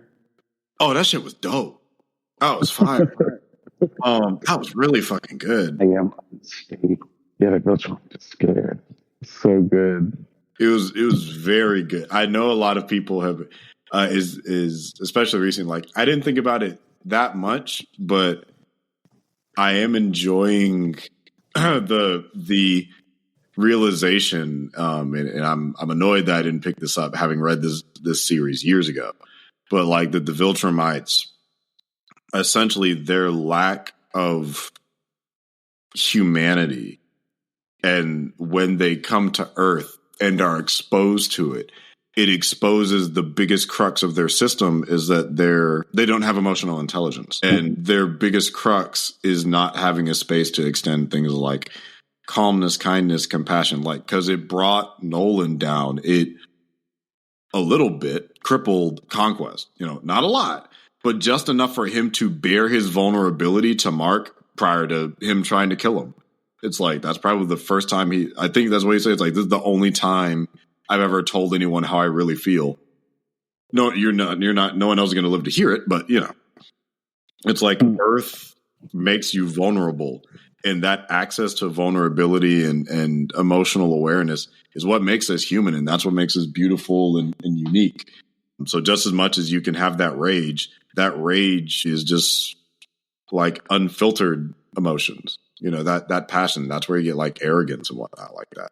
So when you're under this deeply fascistic, militaristic structure of conquest, ironically, yeah, of course, it's like you're going to have an empire, but no one's going to be happy under it. Mm-hmm. So I think that the addition of that speech did, I think it added a lot to what is like good subtext about like what the Viltrumites represent and what their empire kind of is. Yeah, that's a good point. It's a good observation. Yeah, that's why Nolan turned soft, and then even Conquest's speech reflects that as well. There is no room for any of that. It's just survival of the fittest and destroy those weaker than us. Yeah. A lot of people have said the Viltrumites like exemplify the more toxic attributes of masculinity, and I kind of agree. Okay, speaking of Viltrumites, I have a question plus comment. Mm-hmm. One, the comment, oh my God, I was so scared for Oliver's little ass. I'm like, boy, if you don't get your ass out of there, if you don't get your little half purple ass out of this fucking battle. When he lifted him above his head and started hitting this shit, I'm like, I might watch a child die on television. And I'm having some complicated feelings about it, because on the one hand, that says a lot about them being able to take risks, but on the other hand, damn, bitch, like that's a lot. He was about to rip that little boy in half. That was terrible. I was like, oh, thank God you got saved. I was so in. I was so in that moment. I was like, thank God. I was like, this little fucking bug boy, stubborn ass. Yep. And then Mark's over here trying to be like the good leader / brother, while also trying to protect everybody. And he's just as stubborn as his brother is, just like they probably get it from their daddy. Definitely. So what can you, if you can tease, If you can't, you can say like plead the fifth. But what can you tease about Oliver? About Oliver? Yeah. Oliver, I'll say something, and it will not make sense until like the last season of the show. Okay. Oliver ends up hoisted by his own petard. He gets older. He gets smarter. He definitely has some changes. But if they keep his arc where it is, yeah, he's going to become his own character for sure. I mean, he already is. And you're going to see those qualities. They're going to become more apparent, especially because he ages faster because of his heritage. So it's like they're going to become more apparent, and you'll see the similarities to Mark, but you also see some differences. This is a very minor spoiler, not a bad one, but it's a funny one where it's like, I will say they have very different taste in women. That's all I'll say. Okay. Interesting. Like, I'm not giving any context to it, but that one in particular was like a funny moment. Okay. I'm excited to see what Oliver looks like as he's older. So even knowing that, you were still afraid they were going to kill him off with Conquest? It was the way that was like a solid 40-minute fight purely in it, which shout out to the animation team that's working on the show. I understand it's the same team as Pantheon, but they have like it's another show I need to watch. That's one I need to finish. I think I'm on episode 2, so I'm right there with you. But the work they do on the show when it's light and minimal, I think that's fine, but they absolutely fucking demolish it every time they handle these fight scenes. But yeah, they did a great job at maintaining the tension, where it pulled me out of knowing that it's like, oh, well, he's going to have a future. It's like, well, also, because this is an adaptation, Kirkman could change his fucking mind and say, you know what, kill the boy now. Like, we're doing things different. I don't think he will. I think he wants to keep the majority of his story beats and narrative intact, aside from those that he finds like irrelevant or tasteless, which is good, which is fine. But it's like it's good if you can kind of show that tension, and I still feel it. Like, what can you say about the development or progression of Oliver's outfit? It's like his superhero outfit. Because he looks like Robin right now. Yeah. I imagine not going to beat a grown-ass man still dressed as Robin. Or at least that version of Robin. It's not going to look as Robin-esque because his design is going to have to change. Okay. Like because his design is going to have to change, but he's going to pull a little bit from both his dad and his brother, I guess is the best way to say it. Interesting. Okay. Okay. Is this shit I can't ask more questions because I'm still like the slow build shit with Titan. I'm like, bro, where are we going with this? Was a slow burn with who? With Titan? Because it was Mahershala Ali, and then they changed the voice actor. I can't fucking remember actually what the Titan story was. Because like I forgot the shit with the dragon. I mostly remembered a lot of the superhero interstellar stuff. I like the sequel. We haven't gotten there yet. Because I know it eventually leaves Earth. That's the one minor thing I do now. Yeah. So it's like the on and off world stuff is what I remember the most. I can't remember the gang and dragon stuff because I think it's getting more direct. I remember, at the beginning it's certainly there because that's where you get like Battle Beast and that's where Invincible gets that notorious asshole. But I can't remember much about. It'll get resolved for sure. Okay. It'll get dealt with. Like, if there's anything Kirkman's going to do is, like, he's going to complete that plot line. Do you remember that plot line getting completed? I don't. If I did, I'd probably be slightly pulling it out of my ass. Trying to look and see if there's anything that's going to jog my memory about it. But, yeah. Do I remember? Nope. I do, yeah. Yeah, I don't remember much about, like, Mr. Liu and what happened and continued with all of that and where again it'll get resolved though, so it's we will see. But yeah, another season of Invincible. That was really good because I was wondering just this balancing act between the adaptation for a TV show with something versus issues. So I'm like, okay, are you adapting an episode per issue? Are you like lump summing it? where does that line walk for him? Yeah, they're looping in. I think they're doing a very good job in terms of like pacing it out episode by episode, where it's like because each season is what 8 episodes, and this covered fucking like almost 25 issues of a book. Like so, about 2 years of narrative was wrapped up in 8 45-minute episodes. That's impressive. Yeah, that's true. Yeah, so it's like I definitely give credit where credit is due. You got about like what 8 hours of to a little bit under that of TV. Then we're able to cover 2 years of information. Now, what's going to be interesting is like I guess for the next season, if they're going to stretch it out or condense it. I think they're going to. Oh, okay. Oh, okay. Yeah, I think I think I know where they're going to stop. We're going to stop where? For the next season. Oh, interesting. Okay. Where are you thinking things are going to go? Like we got the setup for the Damien Darkblood stuff and the sequids and whatnot coming back. But what are you expecting to see in the next season, which we already got confirmed? What am I expecting to see? I'm expecting to see Mark hold back less, changed by his experience. Mm-hmm. I'm expecting to see Cecil's fucking idiocracy with Conquest come to fruition. I'm expecting to see the Invincible reanimation men be handled. So that's something that happened. And you have them building towards the Viltrumite War with Alan and Ultraman. I mean, Omni-Man. But I don't think we're actually going to get into that stuff until season. Yeah, this is pretty.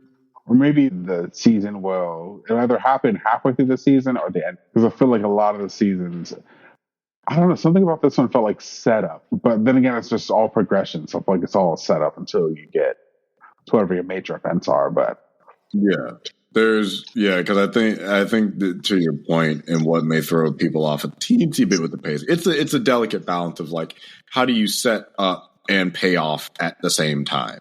So it's like Invincible War is payoff to set up from season 2 with Angstrom Levy, and that's still not all of it. Like don't worry. There's still setup even in the payoff.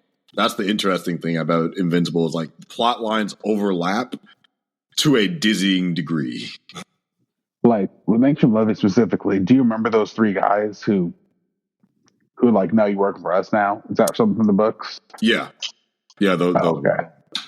I'm pretty sure. Yeah, I think the keep an eye on Mohawk Mark. Interesting. Mm-hmm. Okay. Won't be the last time that we'll reference the war and the other Invincibles. Aside from the ones, the ones that are dead. But yeah, there's some things also coming. I'm curious if they're still gonna do it. Not the ones you're thinking. There's another like subplot that occurs in the books that I'm not gonna spoil, but I'm just like, how will they handle that one without it feeling forced? Yeah, without it feeling forced. Is that saying they haven't done the legwork for that to not feel forced, or did it feel forced in the comics? It's not so much forced. It feels like a resolution is achieved too fast, which happens with a couple incidents of characters that have a trauma between them happening, where it's like, okay, you moved on from this a little fast. Sometimes it's paced out really well, but other times it's like, it seems like you got over this a lot faster than I might expect to, probably just for the pacings of a comic book. Yeah.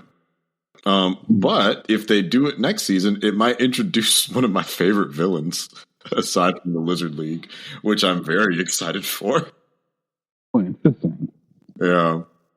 One of my, and there's, I can't remember if it was during this time or not. I think it is. If they are also doing that, there's a subplot that they do that people that don't know the books are going to be pissed about because people that read the books were pissed. So wait, interesting. So do you think there's something that the people that haven't read the books are going to be pissed about? And you say that because people who did read it were pissed when it happened. Yes. So yeah, I think they are going to do it because it is a pretty significant like change in the status quo. But it is a common bitch moan complaint that this show has already gotten for some of the updated changes that they've made. Is how I'll leave it. And it's not a huge secret, but unless you want to read it, it's like I'm not going to tell you, just for you to see it when it comes up. But I guarantee you, people that bitched and moaned and complained about it when it happened in the comics are going to bitch and moan and complain about it when it happens in the show, even though it's straight from the books. Extreme woke. Yep. Of course. It's woke. When yes, the character comes out as gay or something.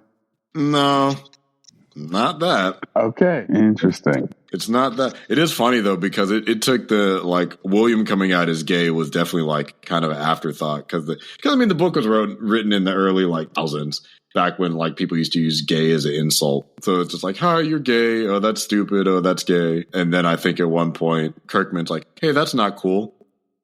What if we make him gay? And then just ran with it. So it's like William didn't come out as gay, I think, until like the middle of the series. So I appreciate the fact when they updated it, they're like, yeah, just make him gay from the beginning. So they're friends. Like, it's fine. I'm very curious what this thing is.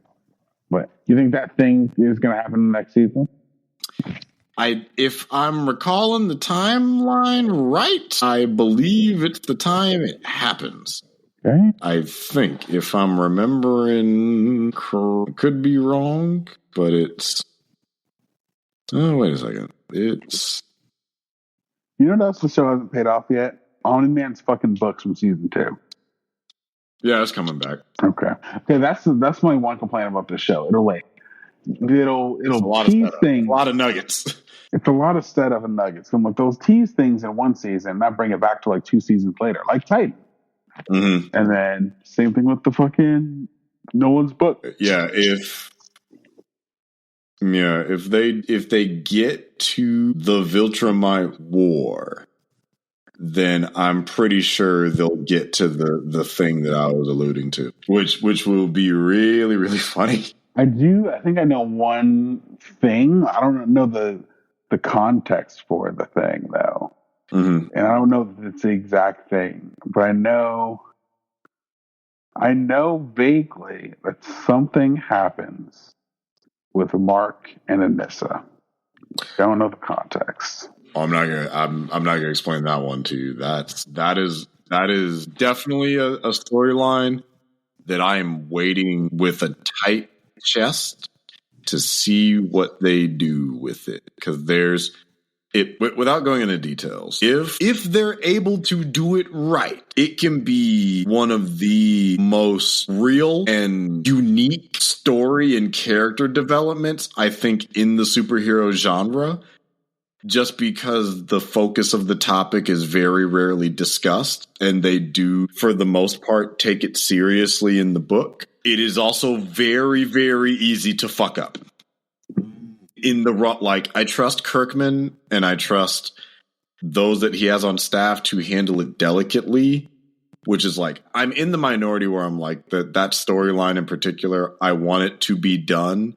I am hesitant because I know how people that are aware of it, which actually, unfortunately, it was the first bit of information I knew about the series. I knew about the storyline between them before I knew about the show.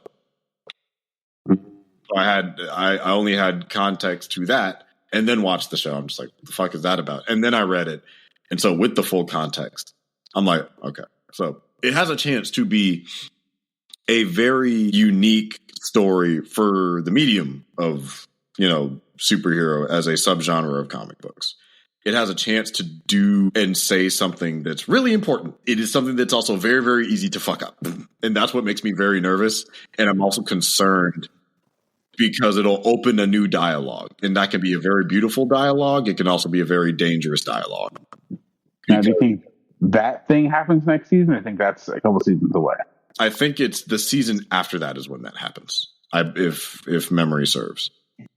So not season 4, but that'd be a season 5 thing. I think it would be a season 5 thing. Interesting. because we just got through the predominancy of Invincible War, so we'd be going into like the Viltrumite War. That's so fascinating because from the beginning, the Viltrumite War is what this entire show has been building up to. So like, once you do that, I'm like, hey, well, what the fuck is next after that? That's like been the big thing we're fucking been talking about. And that's why there's all those fucking little nuggets. There's so much stuff set up that needs to get paid off in one way or another, or some form or fashion. So you're saying they've already started setting up things that happen beyond the Viltrumite War? Yep. And you don't even know that it's set up. Oh. Like there's the obvious stuff, like, oh, we see the Sequids. There's one storyline, I think before the last arc. I'm wondering if they're going to do it or not. Because I remember reading it, I'm like, keep this, you can get rid of this. But it's, again, if they do it, it'll be fun. But I can also see people getting annoyed. Oh, the Sequids, that's right. Those are the little squid things, right? Yep. Yeah, because they did make it to Earth. We did see they that. made it to Earth because we saw them in the sewers. Now we have this new one with Damien Darkblood. I don't know what the hell they're setting up with that. But shit gets weird. But I think they do a good job in the books of managing it. So we have a template that already exists, and then just Kirkman and his crew are just taking, I think, the main stories and then just remixing it some and making it work now. It's not entirely flawless every step of the way, but I have way more love overall than like things I'm like, oh no, complain, whatever. Did you know they're still developing a live action movie for Invincible? I feel like that's a bad idea. I would be inclined to agree. Not in any way would I think it would invalidate the show. I don't think it works for the movie format. No, it's like, don't get me wrong. It'd be like trying to do a Naruto movie. How do you get to the end without everybody being 50 years old? The actors, right? Yeah, like that's the big thing. Like, if you started an Invincible movie and intended to, even broadly speaking, if you did like 2 arcs per movie, there's still like 8 of them. You'd still be like 4 or 5 movies deep, 2 to 3 hours long. It'd be every like 3 years.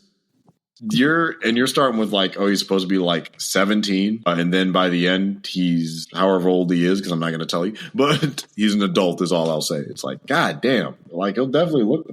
I don't think comics do the best in terms of their adaptation with movies unless you severely alter what the narrative is, which is fine because that's what Marvel does, and I love it and it works. But if you're trying to closely adapt it, then no, you should go for television. Unless you're specifically just doing an arc, which is what I think Marvel should do more with their storylines. Like, if you do like Days of Future Past as an arc, you could do that as a movie. But if somebody's like, oh, I just want to do Spider-Man, it's like, well, what from it? That's why you got to make your own shit up. So if you're like, Invincible is an open and closed narrative, you can't be like, oh, I want to do Invincible. Let me just start with the Invincible War. It's like, no, this is not going to be as good. Like you'd have to your writer would have to be out of this fucking world. But yeah, I mean, they can give it a try. I just don't have a lot of hope, especially when the TV show is doing such a phenomenal job. I get it. The thing I hate is that movies are like the highest form of validation for a medium. When I'm like, we have an adult animated series that's doing a phenomenal job. It's not that I don't think a movie can be good. It just feels like it'd be retreading similar water and kind of forcing someone to try and adapt something again. And here, I have to thank you for this. You give me this argument every time I look at an adaptation. How does it justify its own existence? And every time I see a new adaptation, I'm like, does this justify its own existence? Yes or no, by making it different. So it's like, Snow White, based off what I've heard, not exactly. Lion King, no. Little Mermaid, no. It's like Invincible, yeah, I'd say so, because it's a different medium, so its accessibility and reach is larger. And it allows it takes the critiques of the original into account. So therefore it is different than the original. like enough. Yeah, he's bringing it to more people as well. Mm-hmm. I think, I think a movie would have to do the same. A movie would have to justify its own existence, and they have to streamline certain things for the sake of having the concentrated version of what that message is per movie or per sector. Yeah. So it's like we're already condensing material to. Can you hear me now? Yep. Okay, what the fuck happened? That was weird. I don't know. It's there now. Okay, what's the last thing you heard me say? We were talking about the movie and why it's not the best idea. Yeah, I don't know if it's the greatest idea. Well, Steve, Kirkman really believes in that, then hey, he hasn't started us wrong yet. Yeah, I mean, if Kirkman wants to do it, I'm on board. But if Amazon just wants him to do it, like I would see it. I just wouldn't have a lot of faith in it because, like, I could see you doing like that first one. Sure, that could work. Where it's like Omni-Man kills I'm gonna call them the Justice League, the Guardians of the Globe, and then you end with like the beat down through Chicago. But then after that, it's like you're light speed and shit, or you're just cutting out whole story arcs at that point to kind of serve the narrative. Like you may as well skip Amber, pretty much, just have him go straight to Eve and rewrite that. Yeah, it'd be way trimmed down and streamlined to the point where I'm just like, it would probably feel like its own different beast instead of just, Well, I feel like if they were to do that, he would be the girlfriend. She'd be the girlfriend for that first movie. They break up at the end of episode, the first movie. Yeah. He gets with Eve in movie 2. Yeah, that'd probably be it. Or it's like, she's the high school sweetheart, and then they break up at the end after like the beat down, and he's at his lowest, and like Eve's there for him. Right? Who knows? Who knows? Yeah. Excited for season 4. I don't know what the fuck they're gonna do. I've largely remained pretty spoiler free. Mm-hmm. I'm trying to keep it that way. I appreciate that. You've done a great job. Yeah, but yeah. Let's see. Which of these two you want to do first, or do you still want to do? What are they? And do you still want to do them? Mickey 17 and Severance. Fuck. I don't have a lot to say about Mickey 17. Okay, we could give very brief thoughts on it. Mickey 17, I think it's great. Robert Pattinson is great in it. Bong Joon-ho is still a great director. Mark Ruffalo was having the time of his life. Truly. It's really good. I think everyone should see it. I think it's already one of my favorites of the year. Next to that Woman in the Yard, I really like. And everybody go see The Day the Earth Blew Up. Please. We got to support 2D animation. It's fun. Go check it out. Yeah. As for Mickey 17, I don't think I liked it as much as you. I did like it. I felt as though the movie thing has been there 4 years and made it seem like there was going to be more to his girlfriend character. Like there was some secret or like there's something wrong. She's just good through and through. She's just loyal and good. And there was no disposable black girlfriend for once. I don't think it's about even having disposable. I just felt like, I don't know, their relationship was devoid of any conflict or nuance. She just loved him, accepted him, and she was just supportive. I was like, all right, supportive, accepting girlfriend. All right. I am perfectly okay with, I was referring to the trope. So there's like a trope in media called the disposable black girlfriend trope. So they actually avoided that trope by doing exactly what you said, of having her be a strong-willed, supportive, consistent character, which is nice and rare, but it also gives you kind of little to say about her. It left me little to say about her. I never got why she liked Mickey. I never understood why she this guy, this fucking whiny wimpy dude, the tough girl who defends her semi-docile kind of dumb boyfriend. I just never... He'd be knocking them walls down, about the chemistry, but I never understood why they were together. He's a nice guy that beat the Doonies down. Sometimes that's all it takes. I guess. I don't know. It wasn't enough for me. It wasn't enough for me. I was like, this just feel... I don't know. I felt like it was like... It felt too good. I don't know, because it made it seem like there was going to be some problem, some other shoe that was going to drop, but then there was no problem. There was no conflict in their relationship whatsoever. Even when you would think that two Mickeys, what's going to happen? I love both of you. I accept both of you. Okay, she's just the perfect girl. I mean, I'm okay with that. I don't know. It's a quirky change of pace where it's just like because my immediate thought was like, oh, she's about to turn these motherfuckers out. It's about to stink in that little pod. I'm like, it's about to get freaky. Hold up, okay, what we about to do? And then Mickey was like, nah, I don't think I want to do this. I'm like, rats. And there wasn't really a payoff to the other girl who wanted to fuck Mickey.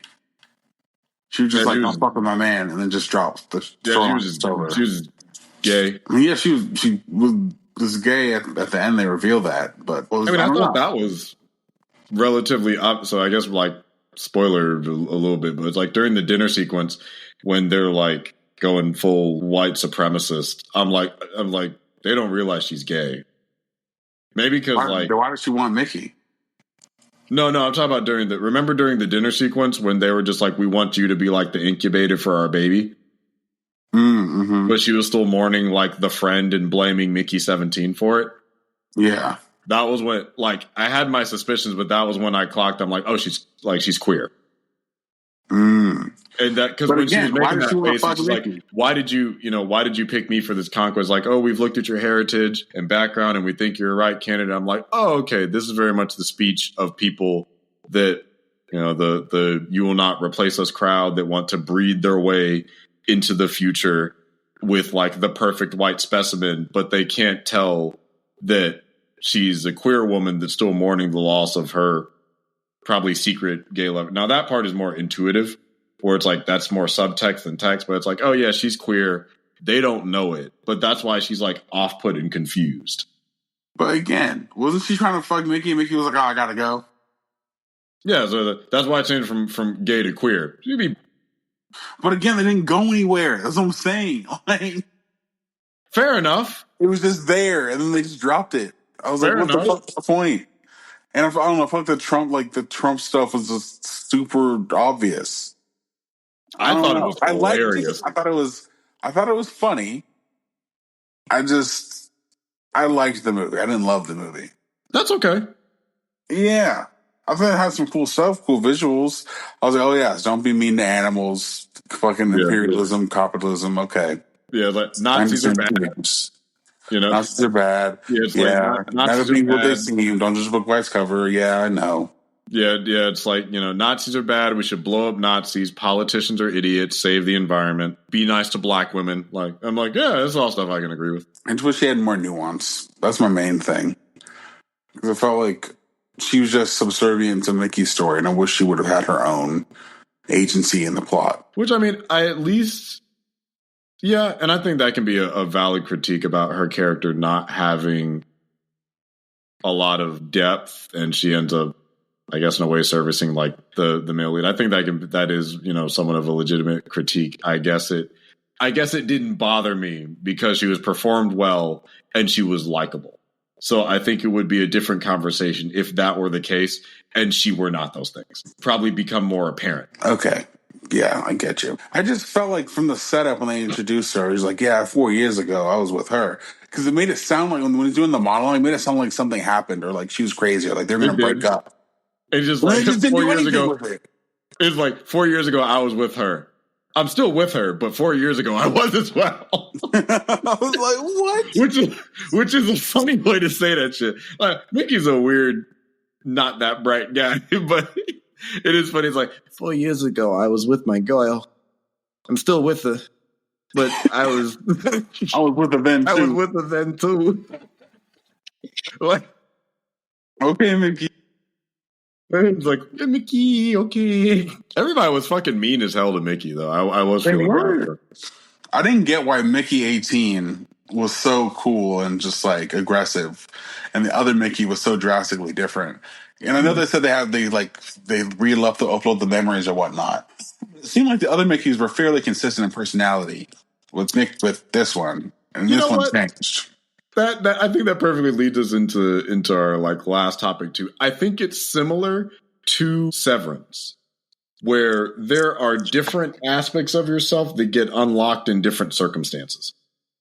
Fair, valid. Yeah, I guess that is a nice little segue there. Yeah, because even like genetic, like clones, like identical twins are genetic clones of one another that are naturally produced, and they have different personalities. So it would not be unrealistic to make a clone of somebody with the same brain that technically have the same information, and they come out a little bit different. Just because we see that. Okay, I'll give that to you. I'll give that one. But I get what you mean, where it's like you see it at your front. It's like, how are you that different? You're the same person, and it's like, well, yes and no. They're genetically the same. They have the same memories, but their personalities are a little different. Because, like, if one of you is same with like the Mahler twins, even because notice, like every time they get cloned, each one of them is like, well, you're the clone, and I'm the original. They have that same ego, but in hubris, but they still have like slightly different personalities. That is true. Yeah, and it is interesting seeing how that's kind of accentuated in something like a Severance. Because for me, in Severance, it made a little bit more sense because the circumstances were different. And I feel like the lack of knowledge, but same soul / essence, put in a certain circumstance would breed a different outcome. And I like the way that those were addressed within the show Severance, because like Dylan, without being weighed down by all his failures and his feeling like he can't hold on a job, that guy is still in there. That's the girl who the wife fell in love with. Mark is seemingly still Mark. Helly wants to be a rebel, but is probably burdened by the legacy of the Egans. And I still can't get a read on what the fuck Irv's business is. Because I feel like they just kept Irv largely mysterious. I think for Irv, it was in some form or fashion him not being able to be as, I guess, literally and metaphorically, like outward as himself. Because he was a lot more kind of outgoing, I think, in Lumen versus when he was a lot more kind of reserved, I think, when he was out in the regular world. So I think starts off as like a rule stickler, and then kind of the rebel by the end. Yeah, I really like Severance. I'm not gonna friends be like I understood everything, but conceptually, the concept of people splitting their brains in half so they don't have to deal with the blowback or the experience of what it's like to be in the workplace is interesting. But then the flip of that is the person that you're cutting yourself off from, that's all they experience ever, all the time. They don't get to sleep. Which is like, damn, that's fucked up. Yep. If you think about it like that, they're in prison. Quick question. I know we're talking about like bits of season 1 and 2 that just wrapped recently. What did you think about Milchek? I was just about to ask you the same fucking thing. That's crazy. I was literally about to ask about Milchek. Milchek is an interesting character. That man is a bit of an enigma because he wants power, he wants respect, but the way he's going about it makes him seem like an asshole. But when you see him get disrespected, like, oh, that's a black brother being put down. Fuck no. Yep. Fuck all that. Yeah. And you want good things from Milchek, but he's also being shitty, but we don't understand the full extent to why that is. And it comes down to like the feeling of like that scene perfectly encapsulates it with him and Natalie. And she gets like I don't know, it felt like there's something like Get Out about that scene where she just continues to smile through it, because they're always listening, they're always watching. And Milchek slowly starting, I don't know if he's slowly starting to change or if the circumstances don't suit him anymore, but it seems like he still wants to be part of that Lumen family, but he wants to be respected within that space. So it's a conflicting thing, but yeah, he's a dick as a boss. Yeah, man, what do you think of Milchek? It was like I thought he was a bit of a pencil pusher in the first season, but the second season, which I think points out he's an intriguing antagonistic force because he's not like outwardly malicious. He is very much like a stickler to the rules and everything. But seeing him engage with the upper management of Lumen exposes you to a lot more of the microaggressions that he faces as like a black man corporate, especially with like that gift that quote unquote like gift in the painting and everything. And even him trying to seek solidarity from, I can't remember the chick's Natalie. name. Yeah, from Natalie, and just get nothing. So him it's like, I do think he is somebody that wants that power and is willing to kind of roll other people under the bus. But I think his predominancy is like, I want to do my job. I want to come in and do it well, but I don't want to be questioned about my capacity to do it great because that's what got me here. So it's like he's interesting as an antagonist because I don't hate him at all, and I don't think the show frames it that you should. But you know that he doesn't have the best interest of the innies at heart either. Where he's like, at the end of the day, he's going to be a vehicle for the machine of the company, and he probably wants to move up higher in Lumen to have more power. So it's like, I don't know, that's what makes him interesting because he's not like hostile. He's not a dick. He's got hired for a job and he's doing his job. It's just his job so happens to be like this very weird cult-like nasty company. Yeah, the show's a good way of keeping you intrigued and invested in stories and characters while also keeping you under a shroud of mystery as to who these people really are. Because we still don't know much about Milchek. His name is Seth Milchek. And he works at Lumen and he rides a motorcycle, I think, or rides a bike. Yep. So there's that. And then also, granted, they give a little bit more, but Miss Cobell, what's her angle on all this? I have no idea. I don't know what she actually wants. And it might really be like you were saying, is like to be that rebel, to kind of be. Sorry, I thought you were talking about Helly for a second. No, Miss Cobell, I am curious about like what does she want? Yeah, I mean, I think this is so much a critique. Season 2, like season 1, I was addicted. Season 2, I found it harder to kind of follow at points. It wasn't as... I don't know if you had that same experience. Well, I was watching it week to week. Hard to follow up points because they would have like cutaway episodes and like they do the Gemma flashback. Then you think they're going to do the integration thing, and then they go to the Orbo. So there wasn't as much as narrative flow and consistency as the first season, right? But I think that the pieces that they established in those individual episodes became relevant by the end.